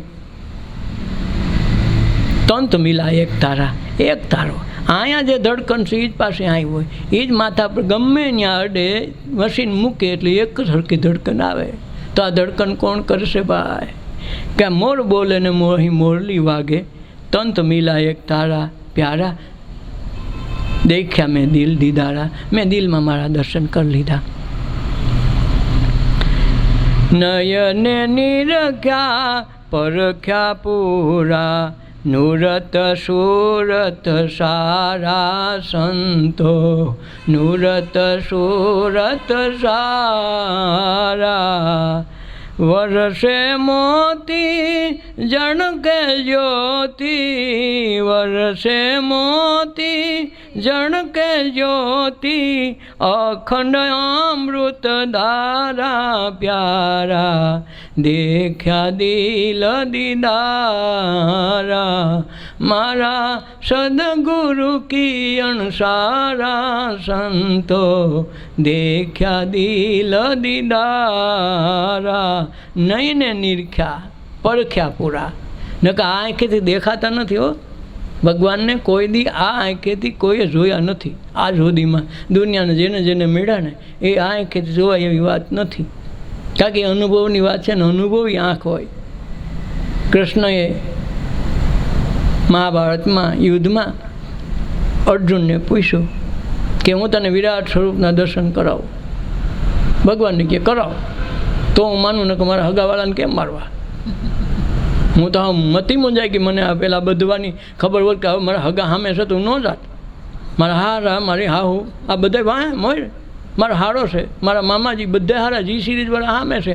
મને ખબર થોડીક બાંધવામાં એ આવશે હામાં, એટલે હવે માર નથી બાંધવું છે, પણ આ હગા આવ્યા એટલે હલવાનું છે.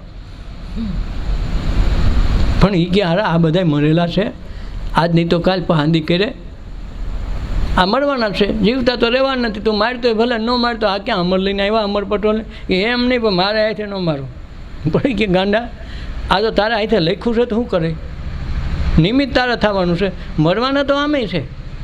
તો વાયા તને કરવું. ભગવાન બાનું કોઈની માથે લે નહીં. શું કામે? ભગવાન કે બાનું લઉં તો મારે ડખો થાય, બાનું નહીં. ગમે ને હોપી દઉં ભાઈ આ વાયા કરો, આ નિમિત્ત બનો. નહીં કઈ કઈ તો નિમિત્ત હતા. આને તો 14 વર્ષ વનમાં ભોગવવા પડે એમ હતા રામને. નિમિત્ત કોણ હતું?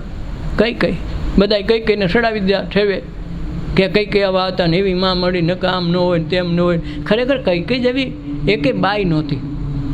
એની કૌશલ્યા માં કરતા ને કઈ કઈ વાલા હતા. અને કઈ કઈને રામ એટલો વાલો હતો કે એની વાત એના ભરત શત્રુઘ્ન કરતા એને આ વાલે. એનો એક દૃષ્ટાંત આવે છે કે એક વખત કઈ કઈ તો દશરથને વધુ પ્યારા હતા. શું કામે? જે યુદ્ધ ચડ્યા અને ગાડીનો ધરો તૂટી ગયો, પોતે આંગળી રાખીને રથને હાલતો રાખ્યો યુદ્ધમાં અને જીતા તો જીવતદાને બચ્યું, જીવતદાને મળ્યું, સાથે સાથે રણમાં જીત પણ થઈ. ત્યાં દશરથ રાજાએ કીધું કે માગ માગ દેવી, તે તો આજ મારો તો પ્રાણ બચાવ્યો, સાથે અયોધ્યાનું રાજ પણ તે બચાવ્યું છે, માટે તું માગ. 2 વખત એને 2 વચન માગ્યા. 2 વચન કે તને આપું, તું માગ. એ કે મારે અત્યારે કાંઈ જોતું નથી, સુખ સાબીમાં કાંઈ ઘટતું નથી, સમય આવે તે માગે, તેથી તમારે બંધાય, તમારે દેવું જોહે. તો આ નિમિત્ત બન્યા છે ને જવા માટે, વનમાં મોકલવા માટે. હવે એને વાલા રામ એટલા, એટલે વાલા વાલી રાણીયા કૌશલ્યા સુમિત્રા કરતાંય કઈ કઈ દશરથને વાલા હતા. શું કામે? પોતાનો જીવ બચાવ્યો, રાજ બચાવ્યું ને એટલે. હવે એક વખત કઈ કઈને એક સપનું આવ્યું.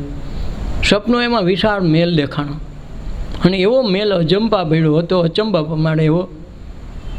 હવા નીંદે ઉડી ગઈ એટલે એને દશરથ રાજાને જગાડીને કીધું કે મારે એ મેલ બનાવો. હવે દશરથ રાજા કે મેલ તને જે કાંઈ દેખાડવું હોય તું આરખીને દે તો એ પ્રમાણે મેલ બને. એ નહીં તમે મને મેલ બતાવો, મને એવો મેલ બનાવી દો તો જ તમારી વાલી રાણી ગણાવ. મારું એટલું કામ ન કરવું કે તારું કામ કરવું પણ મને મેલની ખબર તો પડવી જોઈએ ને. તો બીજા જ્યોતિષોને ભેગા કર્યા કે આ કઈ કઈને સપનું આવ્યું એમાં કેવો મેલ આવ્યો, એ મેલ અમારે બનાવવો પડે એમ છે. તો બધા જ્યોતિષ કે ભાઈ એના સપનાની અમને કેમ ખબર પડે કે અમે એવો મેલ બનાવીએ, અમને એ ખબર ન પડે. એણે એ તો એ વર્ણન કરે કે એવો મેલ હતો તો તમે શણી હગો, બાકી કામ થાય નહીં. તો કોઈ કહે ભાઈ તો તમે આનો રસ્તો તો બતાવમાં રાણીને રિહાણી છે, જ્યાં સુધી મેલ ન બનાવી દો ત્યાં સુધી એને વાલામાં વાલો મેલ છે, હવે મારે બનાવી તો દેવો જ, પણ એની કાંઈ સપનાની વ્યાખ્યામાં કાંઈ આવતું નથી, હું કરું? આનો કોઈ જાણકાર છે? તો જ્યોતિષવાળાએ કીધું કે ભાઈ એક જાણકાર છે, જો તમે ત્યાં જાઓ તો. એ કે એ હોય તો અમે ત્યાં જવામાં વાંધો નહીં. એ કે લંકાનો રાજા રાવણ છે ને એ જ્યોતિષમાં પારંગત છે, એ તમારી 3 પેઢીના સપનાની એને ખબર પડી જાય. એટલો 10 તો માથા વધેરીને પોતે શંકરને કમળ પૂજા ચડાવીને એણે વરદાન મેળવ્યું છે, શંકરની ઉપાસના કરી છે. તો દશરથ રાજા એને કહેવાય છે ત્યાં જઈને તેડાવ્યાને બધી વિધિ જોડાવી કે આના સપનામાં જે મેલ આવ્યો છે એનું તમે વર્ણન કરી શકો? હા, વર્ણન કરી શકો, પણ આ મેલ છે જે સપનાનો કહીને આવ્યો એનું વર્ણન કરું, પણ એને બનાવવાવાળો આ કોઈ કડિયા કાયમ નહીં આવે. તો કે તો એ દેવલોકમાંથી વિશ્વકર્માને બોલાવવા પડે. તો કે વિશ્વકર્મા તો આપણા હાવ નજીકના માણસ દશરથ કે એ કાંઈ વાંધો નહીં તમ તારે, પણ તમે વર્ણન કરો. તો વિશ્વકર્માને બોલાવ્યા. તો એણે રાવણ વર્ણન કરતો ગયો કે આ પ્રકારનું કઈ સહી કરતી કે આ બરાબર છે, આ બરાબર છે. તો એણે વર્ણન કર્યું. એ પ્રકારના વિશ્વકર્માએ એ મોટો મેલ બનાવ્યો અને એણે ઉદ્ઘાટનનું કે હવે તમે ઉદ્ઘાટન કરીને રેવા વયા જાઓ. વિધિ થઈ ગઈ, હવન થઈ ગયો, હવે તમે રેવા આવી જાઓ. તો કઈ શું કીધું કે મારો પ્યારામાં પ્યારી વ્યક્તિ મને રામ છે, રામ જેથી પરણીને આવે ને તો પહેલાં એના મારા એ મેલમાં મોકલવા. અરે પણ તે એટલું બધું તપ કર્યું, એટલી બધી માથાગત કરી, તારે રહેવા નથી જાવું? મને વાલામાં વાલો રામ છે, એ રામથી મને કોઈ પ્યારું નથી, તો આ મેલ મારે રામને ભેટમાં આપવા હાટો રાખો, મારે રહેવા નથી જાવું. જો કંઈને કાંઈ વાંધો હોય, રામ પ્રત્યે કંઈ દુશ્મનાવટ હોય, તો અંતરમાં આવી વાત હોય, પોતાના વાલામાં વાલી ચીજ રામને હોપવા જાય. તો નિમિત્ત બને કઈ અને 14 વર્ષ વનમાં રામને જવું પડે. એમ કોઈ પણ નિમિત્ત બને તઈ હે અર્જુન તું નિમિત્ત છો, આમાં બાંધવું તો પડે એમ છે, તારા સિવાય કોઈ મરે એમ નથી ને મારે એમ નથી. તો કે મને આમાં તો કંઈ ખબર ન પડે, તમે કંઈક કરો. ભગવાન કે હું તને વિશ્વરૂપ બતાવું. તો કે બતાવો. તે બતાવીને ખાલી પ્રકાશ દેખાડો ને તો આંખે અંધાઈને પડ્યો હેઠો, આંખ માંજાઈ ગયો, રથ ઉપર હેઠો પડી ગયો. ભગવાન કે પણ આ તું જોતો, પણ જોવામાં ક્યાં મેળ ખાય એમ છે, તો શું કરવું? એ ભગવાન એ તમને ખબર પડે, તમારે દેખાડવું હોય તો દેખાડો, બાકી આ મારી આંખ કામ કરતી નથી. તો અહીં ભગવાને આ આંખનો પ્રકાશ બંધ કરીને દિવ્ય દ્રષ્ટિ દીધી. તો એના આ વિરાટ સ્વરૂપના દર્શન થઈ ગયા. એમ કોઈને પણ ભગવાન પ્રસન્ન થાય તો એને તમે જે કલ્પેલા ભગવાનથી નીકળી જાઓ અને પછી અંદર એવું તત્વ, અમર તત્વ છે, જ્યારે કોઈ જન્મે નહીં, મરણ ન થાય, એ માંદું કે હાજુ કોઈ દી હોય નહીં, એને કાંઈ પ્રશ્ન ન હોય. જેમ આકાશને કોઈ ડાઘ ન લાગે, આકાશને આગ ન લાગે, એને શસ્ત્ર છેદી ન હગે, આમાં ગમે એટલા યુદ્ધ હાલે તો આને એકે બોમ્બ લાગે નહીં, આમાં કોબો ન પડે, એવું તત્વ પરમ છે, એ ઈશ્વર છે, એ બ્રહ્મ છે, એ આત્મા કે પરમાત્મા જે કહી છે એના દર્શન કરવા હોય તો આ ચામડાની આંખે ન થાય. એને કોઈ દિવ્ય દૃષ્ટિ આપે, કોઈ સંતમાં પુરુષોનો આશરો કરે, સત્સંગ કરે, ધ્યાન કરે, એમાંથી દૃષ્ટિ મેળવે તો ભગવાન કે એમાંથી જે દૃષ્ટિ આવે એ દિવ્ય દૃષ્ટિથી મારા અંતઃકરણમાં રહેલા ઈશ્વરના દર્શન થઈ શકે છે, પણ એ આ આંખથી નહીં. એટલે કે મોર બોલે માય મોરલી વાગે, તન મિલાય એક તારા. એક તનથી, એક મનથી અલખને આરાધે તો ભગવાન કે હું એને દ્વાર આવું, પણ એક મનથી. મન એક કંઈ થાય, એક અનકોન્શિયસ માઇન્ડ છે, કોન્શિયસ માઇન્ડ છે. ઉપલું મન છે 10% છે, આખા ગામનો આખી દુનિયાનો વ્યવહાર કરે. 90% છે અનકોન્શિયસ માઇન્ડ છે, એ કાંઈ કરતું નથી, પણ જો એને કરાવવામાં આવે તો બધું એ જ કરે. સૂઈ જાય પછી એ ચાલુ કરે. જો રાતે મચ્છર આવ્યું હોય તો આને ન ખબર હોય, આ તો નીંદર કરે તો ગમે ત્યાં હોય રાતે મારી જાય, ખબર પડે આ તો મચ્છર બેગ મર્યા કેમ છે, હું તો જાગતો નહોતો. પણ જાગતો નહોતો મારી કોણ ગયું? ઓલા અનકોન્શિયસ માઇન્ડે કીધું કે મચ્છર બેઠું, તરત કામ કરી દે. એમાં મોર બોલે મહી મોરલી વાગે, તંત મિલા એક તારા. એક તારમાં બધો તંત મિલે એટલે આ થાય. આખો જગત એમ જ હાલે છે. જેમ વીણા વગાડે તો વીણામાં તાર એક હરખા બહુ કડકે નહીં, નરમે નહીં, તો વીણા વાગે. નકર કડક થઈ ગયા હોય તો સૂર બેસૂરો નીકળે, ઢીલા હોય તો સૂર જ ન નીકળે. એક હરખા માપના તણાય તો જ કામ થાય.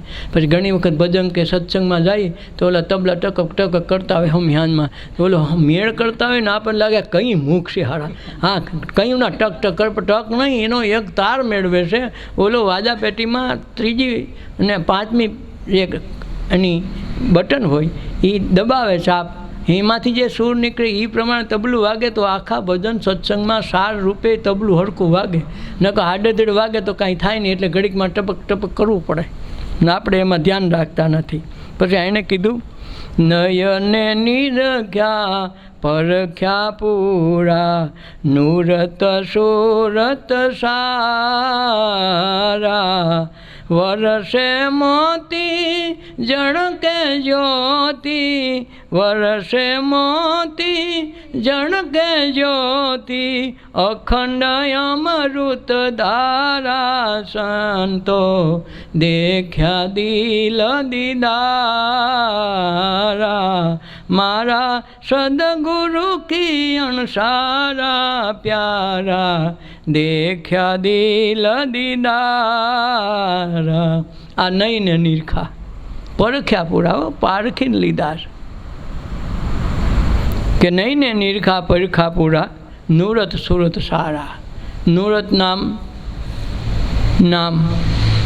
સુરત નામ નિશાન, નામ અને નિશાન ઉપર મહાપુરુષો જે દીક્ષા વખતે મહામંત્ર આપે એ નામ છે, અને એનું ધ્યાન આપે, એમાં સતત રહેવાનું આપે એ સુરત છે. સુરત એટલે ધ્યાન, નૂરત નામ નિશાન. એ નિશાન એ લક્ષમાં લાગીને રહે તો આ દેહમાં જે આપણને દેખાતો નથી છતાં છે તો ખરો, કાંઈક બોલે એ બીજો નથી, પરમેશ્વર છે પોતે. અજ્ઞાનીને આંધળો અવડો અવડો ગોતે છે તો એ જ, પણ દેખાતો નથી. દેખાતો નથી એનો અર્થ એવો નથી કે નથી.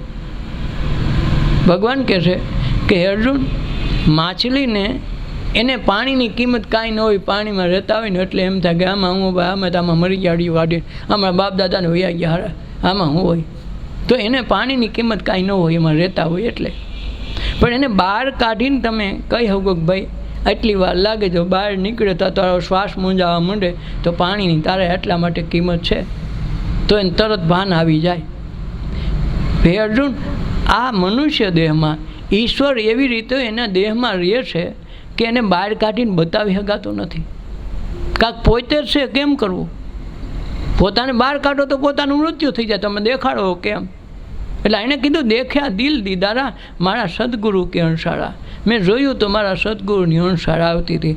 નહીં ને નિરખા, આ આંખે જોયા, પરખ્યા પૂરા, બરાબર જોઈ લીધો, જાણી લીધો. સુરત નૂરત સારા, નૂરતે ને સુરતે. વર્ષે મોતીને જળકે જ્યોતિ, શબ્દરૂપી મોતી વર્ષે, જળકે જ્યોતિ એટલે આમાં 7 ચક્રોનો પ્રકાશ થાય. શ્વાસ અંદર આવે એટલે આ બધા ચક્રોને પ્રકાશિત કરીને જ્યાં જ્યાં શક્તિનો જરૂર પડે એ બધું શક્તિનું સામ્રાજ્ય આ દેહમાં આપે. જળકે જ્યોતિ અખંડ અમૃત ધારા, આમાં અખંડ અમૃત ધારા છે. આ દેહ પડી જાય કે ન પડી જાય છતાં જે આમાં આત્મતત્વ છે વિલસી રહ્યું છે, એના દ્વારા દેહ આખી દુનિયા હાલે છે. એ દેહ વયા જાય, આવે જાય છતાં એ આત્મા અવિસર છે, જેને કોઈ ડાઘ ન લાગે, એને કાંઈ શસ્ત્ર છેદી ન હગે, પાણી પલાળી ન હગે, અગ્નિ એને તપાવી ન હગે. એ તત્વ બારે એટલું છે, અંદર પણ એટલું છે. એટલે એ તત્વને કોઈ દી અસર કાંઈ થતી નથી. દેહ દાજે, દેહ કાંઈ કરે, ભોગવે દેહ, આત્માને કાંઈ લાગતું નથી. જેમ ઘડામાં પાણી ભર્યું હોય તો કે ઘડામાં અવકાશ ખાડો છે, એમાં જ આપણે પાણી ભરી ગયું, ઘડો તૂટે ફૂટે તોય ઘડાના આકાશને કોઈ દી કાંઈ થતું નથી. એમ આ તત્વ દેહરૂપી જે ઘડો છે એ તૂટે ફૂટે માંદો મરે છતાંય એ આત્મતત્વને કાંઈ થતું નથી. જેમ ઘડો તૂટી જાય તો આકાશમાં ભળી જાય, એમ આમાં રહેલો દેવરૂપે આત્મા છે એ આત્મા પરમાત્મા એટલે પર એટલે બધી વસ્તુમાં સમાવેશ થયેલો છે, જીવ છે. એ બ્રહ્મ થઈને આ દેહમાં આત્મતત્વ રૂપે આવીને આખા જગતનો અનુભવ કરે છે. એ તત્વ જ્યારે એવામાં મળી જાય તો પરમ તત્વમાં મળી જાય તો આત્મા અને પરમાત્મા એક થાય. જેમ તમારી ગાગર છે, સાગરમાં નાખ્યા પછી તમારા ગાગરના પાણીનું કાંઈ આવે નહીં, તમે ગોતી ન હગો, એ સાગર બની ગયો. એમ આત્મતત્વ રૂપે દેહમાં છે, પરમાત્મા દ્રષ્ટિ આખી દુનિયામાં છે. આમાંથી તૂટી જાય એટલે આમાં આવી ગયો, ભળી ગયો, બ્રહ્મમાં બ્રહ્મ થઈ ગયો. એટલે સચ્ચિત રૂપ બ્રહ્માંડમાં બ્રહ્મ લટકા કરે બ્રહ્મ પાસે. જેમ ભાઈ નરસિંહ મહેતા કે ચિત્ત ચૈતન્ય વિલાસ તદ્રૂપ છે, બ્રહ્મ લટકા કરે બ્રહ્મ પાસે. ચિત્ત એટલે મન, ચૈતન્ય એટલે ઈશ્વર, એ બે એટલા બધા એકરૂપ થઈને રહેશે એટલે માણસને ખબર નથી પડતી. તદ્રૂપ થઈને એટલે એકબીજાને એક દ્રવ્ય, જેમ દૂધમાં પાણી નાખો તો ખબર ન પડે ક્યાં પાણી છે, એમ ચિત્ત ચૈતન્ય વિલાસ તદ્રૂપ છે, બ્રહ્મ લટકા કરે બ્રહ્મ પાસે. આ બે ભળી ગયા છે ને એટલે આખું જગત હાલે. જેવું આ ચિત્ત અલગ પડી ગયું અને બે એકરૂપ થઈ ગયા એટલે બ્રહ્મ જ બની ગયું, બ્રહ્મ લટકા કરે બ્રહ્મ પાસે. જ્યાં લગન મન અલગ છે ત્યાં લગન ઈશ્વર અલગ દેખાય. મન જો મરી જાય, મન જો એકરૂપ થઈ જાય ઈશ્વર સાથે તો ઈશ્વર ને મન જુદા નથી. જેમ ચાંદામાંથી સૂરજ આવે, સૂરજને પ્રકાશ પડે અને સૂરજ આખી પૃથ્વીને પ્રકાશ આપે, એમ આત્મતત્વનો સીધો પ્રકાશ એ મન ઉપર છે. એટલે મન આખી દુનિયામાં હેરાન કરાવે, પણ જો મન છે એ એકરૂપ થઈ જાય પ્રકાશ સાથે, ઈશ્વર સાથે, તો પોતે બ્રહ્મ છે. એટલે બોલે છે એ બીજો નથી, પરિબ્રહ્મ પોતે. અજ્ઞાનીને આંધળો અડગો અડગો ગોતે. એટલે વર્ષે મોતીને જળકે જ્યોતિ અખંડ અમૃત ધારા. આ અમર તત્વ એમનું છે, કોઈ દી મર્યું નથી, કોઈ દી જન્મું નથી, એને સુખ દુઃખ આવતા નથી. જે કાંઈ થાય છે એ વચ્ચેનું થાય છે. જેમ યાત્રામાં બેઠા, યાત્રા કરવા, પ્રવાસ કરવા જાય, ચારધામની યાત્રા, અહીંથી બસમાં બેસી, અહીંથી ઉપડતાય વાર ન લાગે, ત્યાં પહોંચતાય વાર ન લાગે. ત્યાં પહોંચ્યા પછી દર્શનમાં તો 1 મિનિટ ન થાય. આગા હાલો, આગા હાલો, આગા હાલો. ગયા હતા કેટલે 5000 કિલોમીટર કાપીને ગયા, અરે પણ ઘડીક તો રહેવા દે, 5000 નહીં, હાલો આગા હાલો. એમ તમે અહીંથી બસ ઉપડી ત્યાં દર્શન કરવા પહોંચ્યા તો વચ્ચેની જે મુસાફરી છે એનો જ આનંદ લૂંટવાનો છે. એનું નામ જીવન છે, એનું નામ સંસાર છે. સંસાર જન્મ અને મૃત્યુ વચ્ચેની જે સમય છે, જે મુસાફરી છે, જે યાત્રા છે, એનું નામ સંસાર છે. એથી સંસાર નથી, જન્મમાં નથી, મૃત્યુમાં. પણ જન્મ અને મૃત્યુ બે કિનારાને ઓળંગીને જે જાય એ અમર તત્વને પામે. નથી જન્મ, ત્યાંથી મૃત્યુ નથી. અગમ ખેલ અનહદ કી આગે રમતા હે રણુકારા સંતો, રમતા હે રણુકારા. 5 સહેલી पियू की आगे, 5 सहेली पियू की आगे, नृत्य करे निर्धारा प्यारा, देखा दिल दीदारा, मेरे सदगुरु की अणसारा प्यारा, देखा दिल दीदारा. અગમ ખેલ અનહદ કી આગે. અગમ એટલે આમાં ખબર ન પડે કે આમાં કંઈ આલો ખાઈને કંઈ આમાંથી લોહી બન્યું, ભજીયામાંથી બન્યું, ચટણીમાંથી બન્યું, શેમાંથી બન્યું, ક્યું ટીપું કેમ બન્યું, એ કાંઈ ખબર ન પડે. હારો અગમ, હારો એટલામાંથી આય પૂગેતા તો લોહી બની ગયું હોય, તો હારો આવો અગમ ખેલ કેવો. વૈજ્ઞાનિકોમાં 850 કિલોમીટર લાંબી રિફાઇનરી નાખી તો ખાલી રોટલીના એક કણમાંથી 1 બિંદુ લોહી બનાવી ગયા. 850 કિલોમીટર નાખી તો મારે ભૈયા હાટોમાં લોહી બોટી નોખી કરવી પડે, એ ગાળો બદલાવા નોખું જોઈએ. તો અહીં હારો મેળ નથી ખાતો. તો આમાં હારો 1.5 ફૂટમાં તો હારો લોહી બની જાય. તમે ગમે એ ખાવ, કોઈ દી ઓર જ ન બદલાવો પડે. કેવો બોલો, ઘઉંનો ઘંટીમાં ઓર નાખો તો ઘઉંનો જ હાલે કે ભાઈ ઘઉંનો ગાળો હાલે, બાજરીનો રહેવા દે, ઘડી ખમીને ડરાવે. કેમ ઓર બદલાવો પડે. આમાં કોઈ દી કીધું ચટણી ભૈયા ન નખાય તો આમાં દાળ ભાત ક્યાં ભેગા નાખશો, કંઈ કીધું ઓર જ ન બદલાવો પડે. સારું એટલામાં બધું એવું બધું કામ કરી દે. એટલે એણે કીધું અગમ ખેલ અનહદની આગે. આ અગમ ખેલ અનહદ, અને હદ નથી. જો બધાએ પૃથ્વીની હદ દેખી દીધી, સૂરજની હદ દેખાણી, આકાશની હદ ક્યાંય નહીં. આમાં 14 બ્રહ્માંડ છે. સૂર્ય, ચંદ્ર, તારા, નિહારિકા, આકાશ ગંગા બધું આ અવકાશમાં રહે. પણ આ આકાશ ક્યાં પૂરું થાય હજી કોઈ ગોઈતું નથી. મંગળ ગ્રહ અવળો છે, ગુરુ ગ્રહ અવળો છે, આનો વિસ્તાર અવળો છે. બધાની ખબર છે, પણ આકાશ ગ્રહ કેવડો છે કોઈને ખબર નથી. તો આ અગમ એટલે કે ધ્યાન ન પડે, ગમ ન પડે. ખેલ એટલે આ રમત છે ઈશ્વરની. અનહદની આગે રમતા હે રણુકાળા. રણુકાળ એટલે આવક જાવક શ્વાસ હાલે એના થકી અગમ અગોચર કામ હાલે. આ શ્વાસમાં એવું બધું શું છે, આખી દુનિયામાં કદી વાવાઝોડું હાલતું હોય અને માનો શ્વાસ મૂંઝાતો હોય તો સારું આ શ્વાસ તો કાંઈ કામ ન આવે કે ઓક્સિજનનું બાટલા પર રાખો. પણ આવડો મોટો બાટલો હાલે એટલે જરૂર ન પડે. વાવાઝોડું હાલે થોડોક પવન આમાં ન નખાય, 5 પંખા ભેગા ન રાખે, પવન જતો હોય તો શું વાંધો, સારું તોય હાલતું નથી. આ એમાં એવી કેવી રચના કરી આ શ્વાસમાં કે સારું એ શ્વાસ આવે તો થાય ને કે પવન જુદો નથી, આનાથી જુદો નથી. એટલે કબીર સાહેબે કીધું આ દમ કો ખુદા મત કહો, કે આ શરીર છે એમાં દેહમાં આ શ્વાસ આવે એને ભગવાન ન કહેવો. આ દમ કો ખુદા મત કહો, આ દમ ખુદા નહીં હે લેકિન ખુદા કે નૂર છે આ દમ જુદા નહીં હે. ભગવાનના નૂરથી આ શ્વાસ જુદોય નથી, કારણ કે આના દ્વારા તો હાલે છે આ કારખાનું, પણ છતાંય આ શ્વાસ છે એ જ ભગવાન છે એમ ન સમજવું. તો આ જે ખૂબી છે એ અગમ અગોચર છે. અગમ ખેલ અનહદ કી આગે રમતા હે રણુકાળા. આ શ્વાસ ઉશ્વાસથી આખી દુનિયામાં પ્રાણ પૂરે છે, એ પ્રાણ થકી જગત હાલે.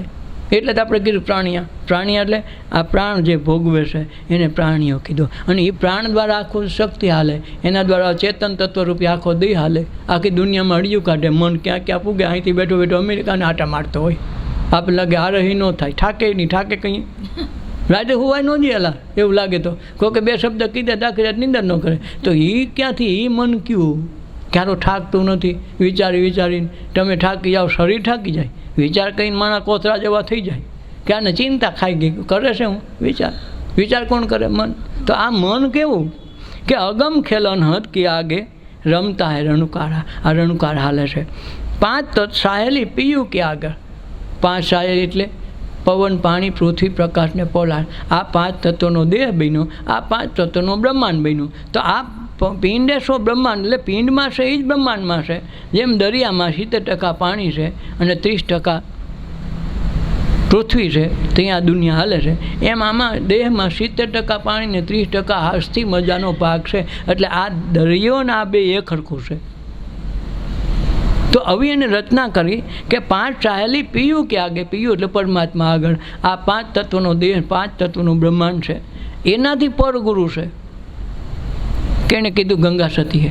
પિંડ રે બ્રહ્માંડથી પર છે ગુરુ મારા, એનો રે દેખાડું તમને દેશ.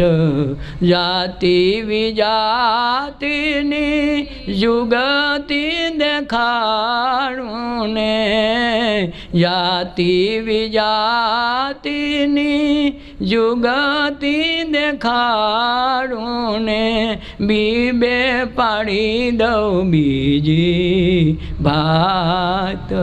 આ ગંગા સતી કે પિંડ રે બ્રહ્માંડથી. આ પિંડ 5 તત્વનો બન્યો, આ બ્રહ્માંડ 5 તત્વનો બન્યો, પણ એનાથી પર, પિંડ અને બ્રહ્માંડથી પર છે. એનો તમને દેશ દેખાડું. એ કેનો છે? ગુરુનો દેશ. ગુરુ તત્વ એનું નામ કીધું કે અખિલ જગતમાં ગુરુ રહે અને ગુરુ રહે નિરાધાર. મનનું આ તો પંછી ભયા, ચલ બુડા આકાશ, વૈકુંઠ તો ખાલી ભયા, પ્રભુ સંતન કે પાસ. ભગવાન કે સંત પાંચ બે. તો આ ગુરુ તત્વ છે. આખું બ્રહ્મા વિષ્ણુ મહેશ પણ ધ્યાન કરે, પૂજા કરે, સેવા કરે. તો કોની કરે છે? આ તત્વની. જો શંકરને ધ્યાન કરતા આપણે પલોઠી વાળીને બેસતા દેખી છીએ, બ્રહ્માને પૂજા કરતા દેખી. તો આ બધા તત્વો છે, એ પૂજા કરે છે, સેવા કરે છે. કોઈનું ધ્યાન કરે તો ધ્યાન કોનું કરે? ન કે એ બ્રહ્મા વિષ્ણુ મહેશ આ દુનિયા હકાવે તો એને ધ્યાન કરવાની જરૂર કેની પડે છે? તમે વિચાર તો કરો. તો રામની સેવા પૂજા કરતા દેખી છે, કૃષ્ણની જીવનમાં બતાવે છે, તો એ કેની સેવા કરે? એને કોનું ધ્યાન કરવાનું? તો એ ધ્યાનનો ધ્યાતા છે. એ આપણો પરમ તત્વ જેને ગુરુ કહીએ છીએ. ગુરુ એટલે આખી દુનિયામાં ક્યાંય હમાય નહીં એનું નામ ગુરુ. પછી એના સિવાય કોઈ હોય નહીં, એમાં બધું આવી જાય. જેમ આકાશ તત્વ આખી દુનિયામાં આવી જાય, આકાશથી બારું કોઈ રહે નહીં. એટલે 5 તત્સાયેલી પીયું કે આગળ નૃત્ય કરે નિર્ધારા, એની મેળે આ નૃત્ય કરે છે આ 5 તત્વ. ગુરુ પ્રતાપે સો ઘર પાયા, ભક્તિ મુક્તિ ભંડાર.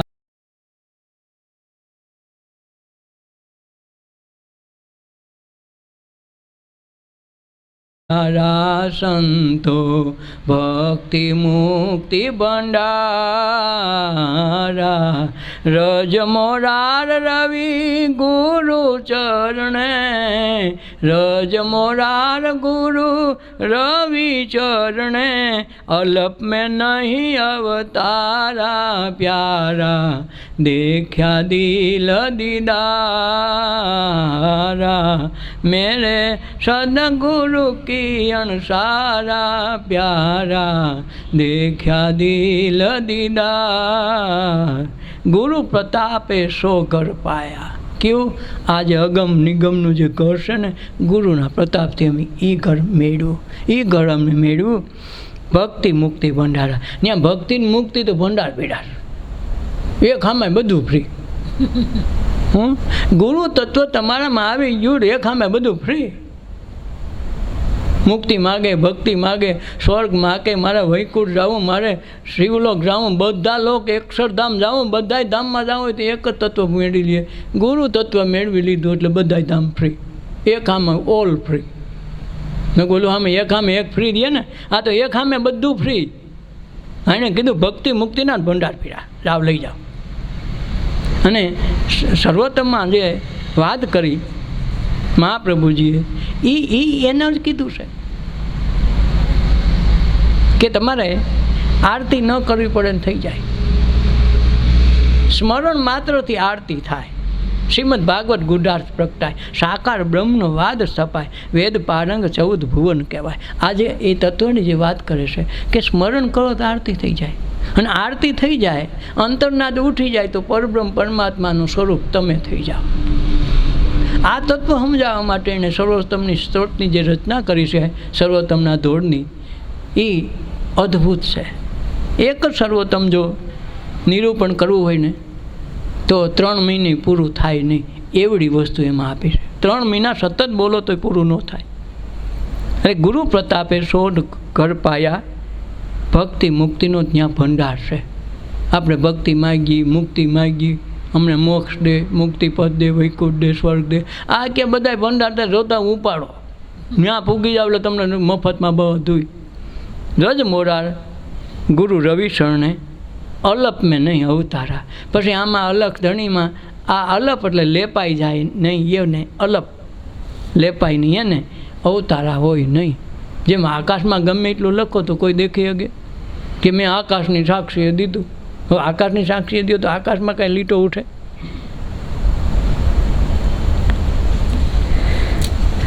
ડાયો રે થા જીવ ડાયો રે થા, હરિ ભજન કા ભૂલી તું જા. ડાયો રે થા જીવ ડાયો રે થા, હરિ ભજન કે ભૂલી જા. અન કયોની માં તું ભટકીને આવ્યો, અને કયોની માં તો ભટકીને આવ્યો, પાપ ને પુણ્ય તું સાથે લઈ આવ્યો. પાપ ને પુણ્ય તો સાથે લઈ આવ્યો, સંપત્તિ મળી તો તું ફૂલી શું જા, હરિ ભજન કા ભૂલી તું જા. સંપત્તિ મળી તો ફૂલી શું જા, હરિ ભજન તો ભૂલી કાજા. ડાયો રે થા જીવ ડાયો રે થા, હરિ ભજન તું ભૂલી કાજા. ડાયો રે થા જીવ ડાયો રે થા, હરિ ભજન કા ભૂલી તું નથી પાંખું નથી પૂછડું તારે, નથી પાખું નથી પૂછડું તારે, પશુ પંખી જેવો નથી અત્યારે, પશુ પંખી જેવો નથી અત્યારે, માનવ ઘડ્યો તું માનવતા, હરિ ભજન કાં ભૂલી તું જા, માનવ ગયો તું માનવ થા, હરિ ભજન કા ભૂલી તું જા, ડાયો રે થા તું ડાયો રે થા, હરિ ભજન કાં ભૂલી તું જા, ડાયો રે થા તું ડાયો રે થા, હરિ ભજન કા ભૂલી તું જા, ઓછી તાકાત ને ગુસ્સો અધિક છે, ઓછી તાકાત ને ગુસ્સો અધિક છે, મોટા થયા હવે સમજો તો સાર છે, મોટા થયા હવે સમજો તો સાર છે, વાય છે ચારે દિશાના આવા, હરિ ભજન કાં ભૂલી તું જા, વાય છે સારે દિશાવા, હરે ભજન તો ભૂલી કાજા, ડાયો રે થા તું ડાયો રે થા, હરિ ભજન કાં ભૂલી તું જા, ડાયો રે થા તું ડાયો રે થા, હરે ભજન તો ભૂલી કાજા, નથી સમજાતી તને સાચી રે વાતો, નથી સમજાતી તને સાચી રે વાતો, દુખે છે પેટમાં ને કૂટે છે માથું, દુખે છે પેટમાં ને કૂટે છે માથું, ગાફિલ બનીને હવે ગોથા ન ખા, હરિ ભજન કાં ભૂલી તું જા, ગાફિલ બનીને હવે ગોથા ન ખા, હરે ભજન તો ભૂલી કાજા, ડાયો રે થા જીવ ડાયો તું ઠા, હરિ ભજન કાં ભૂલી તું જા, ડાયો રે થા જીવ ડાયો રે થા, હરે ભજન કા ભૂલી તું જા, કડવું બોલીને કોઈના કાળજા ન બાળીએ, કડવું બોલીને કોઈના કાળજા ન બાળીએ, ધીરજ રાખીને સદા ધર્મ સંભાળીએ, ધીરજ રાખીને સદા ધર્મ સંભાળીએ, ક્રોધ કરીને ભાઈ ભૂંડો શું થા, હરિ ભજન કાં ભૂલી તું જા, ક્રોધ કરીને ભાઈ ભૂંડો શું થા, હરે ભજન કા ભૂલી તું જા, ડાયો રે થા જીવ ડાયો રે થા, હરિ ભજન કાં ભૂલી તું જા, ડાયો રે થા જીવ ડાયો રે થા, હરે ભજન કા ભૂલી તું જા, સારી સુવાસ તારી સાથે રે આવશે, સારી સુવાસ તારી સાથે રે આવશે, ભજન કરી લે ફેરો ફોગટ નવ જાશે, ભજન કરી લે ફેરો ફોગટ ન જાશે, ગાંડો બનીને તારું ગાયું ન ગા, હરિ ભજન કાં ભૂલી તું જા, ગાંડો બનીને તારું ગાયું ન ગા, હરે ભજન કા ભૂલી તું જા ડાયો રે થા જીવ ડાયો રે થા હરે ભજન કા ભૂલે તું જા ડાયો રે થા જીવ ડાયો રે થા હરે ભજન કા ભૂલી તું જા કહે પુરુષોત્તમ તમે ચેતી લે જીવડા કાએ પુરુષોત્તમ તમે ચેતી લે જીવડા ગુરુ પ્રગટાવે છે જ્ઞાનના દીવડા ગુરુ પ્રગટાવે છે જ્ઞાનના દીવડા એવું જાણીને તું રોજ સત્સંગમાં જા હરે ભજન કા ભૂલે તું જા એવું જાણીને તું સત્સંગમાં જા હરિ ભજન કા ભૂલી તું જા ડાયો રે થા જીવ ડાયો રે થા હરે ભજન કા ભૂલે તું જા ડાયો રે થા જીવ ડાયો રે થા હરિ ભજન કા ભૂલી તું જા સદગુરુદેવની જય अपना अपना मात पिताની જય સર્વે સંતોની જય આજના ઉત્સવની જય ઓ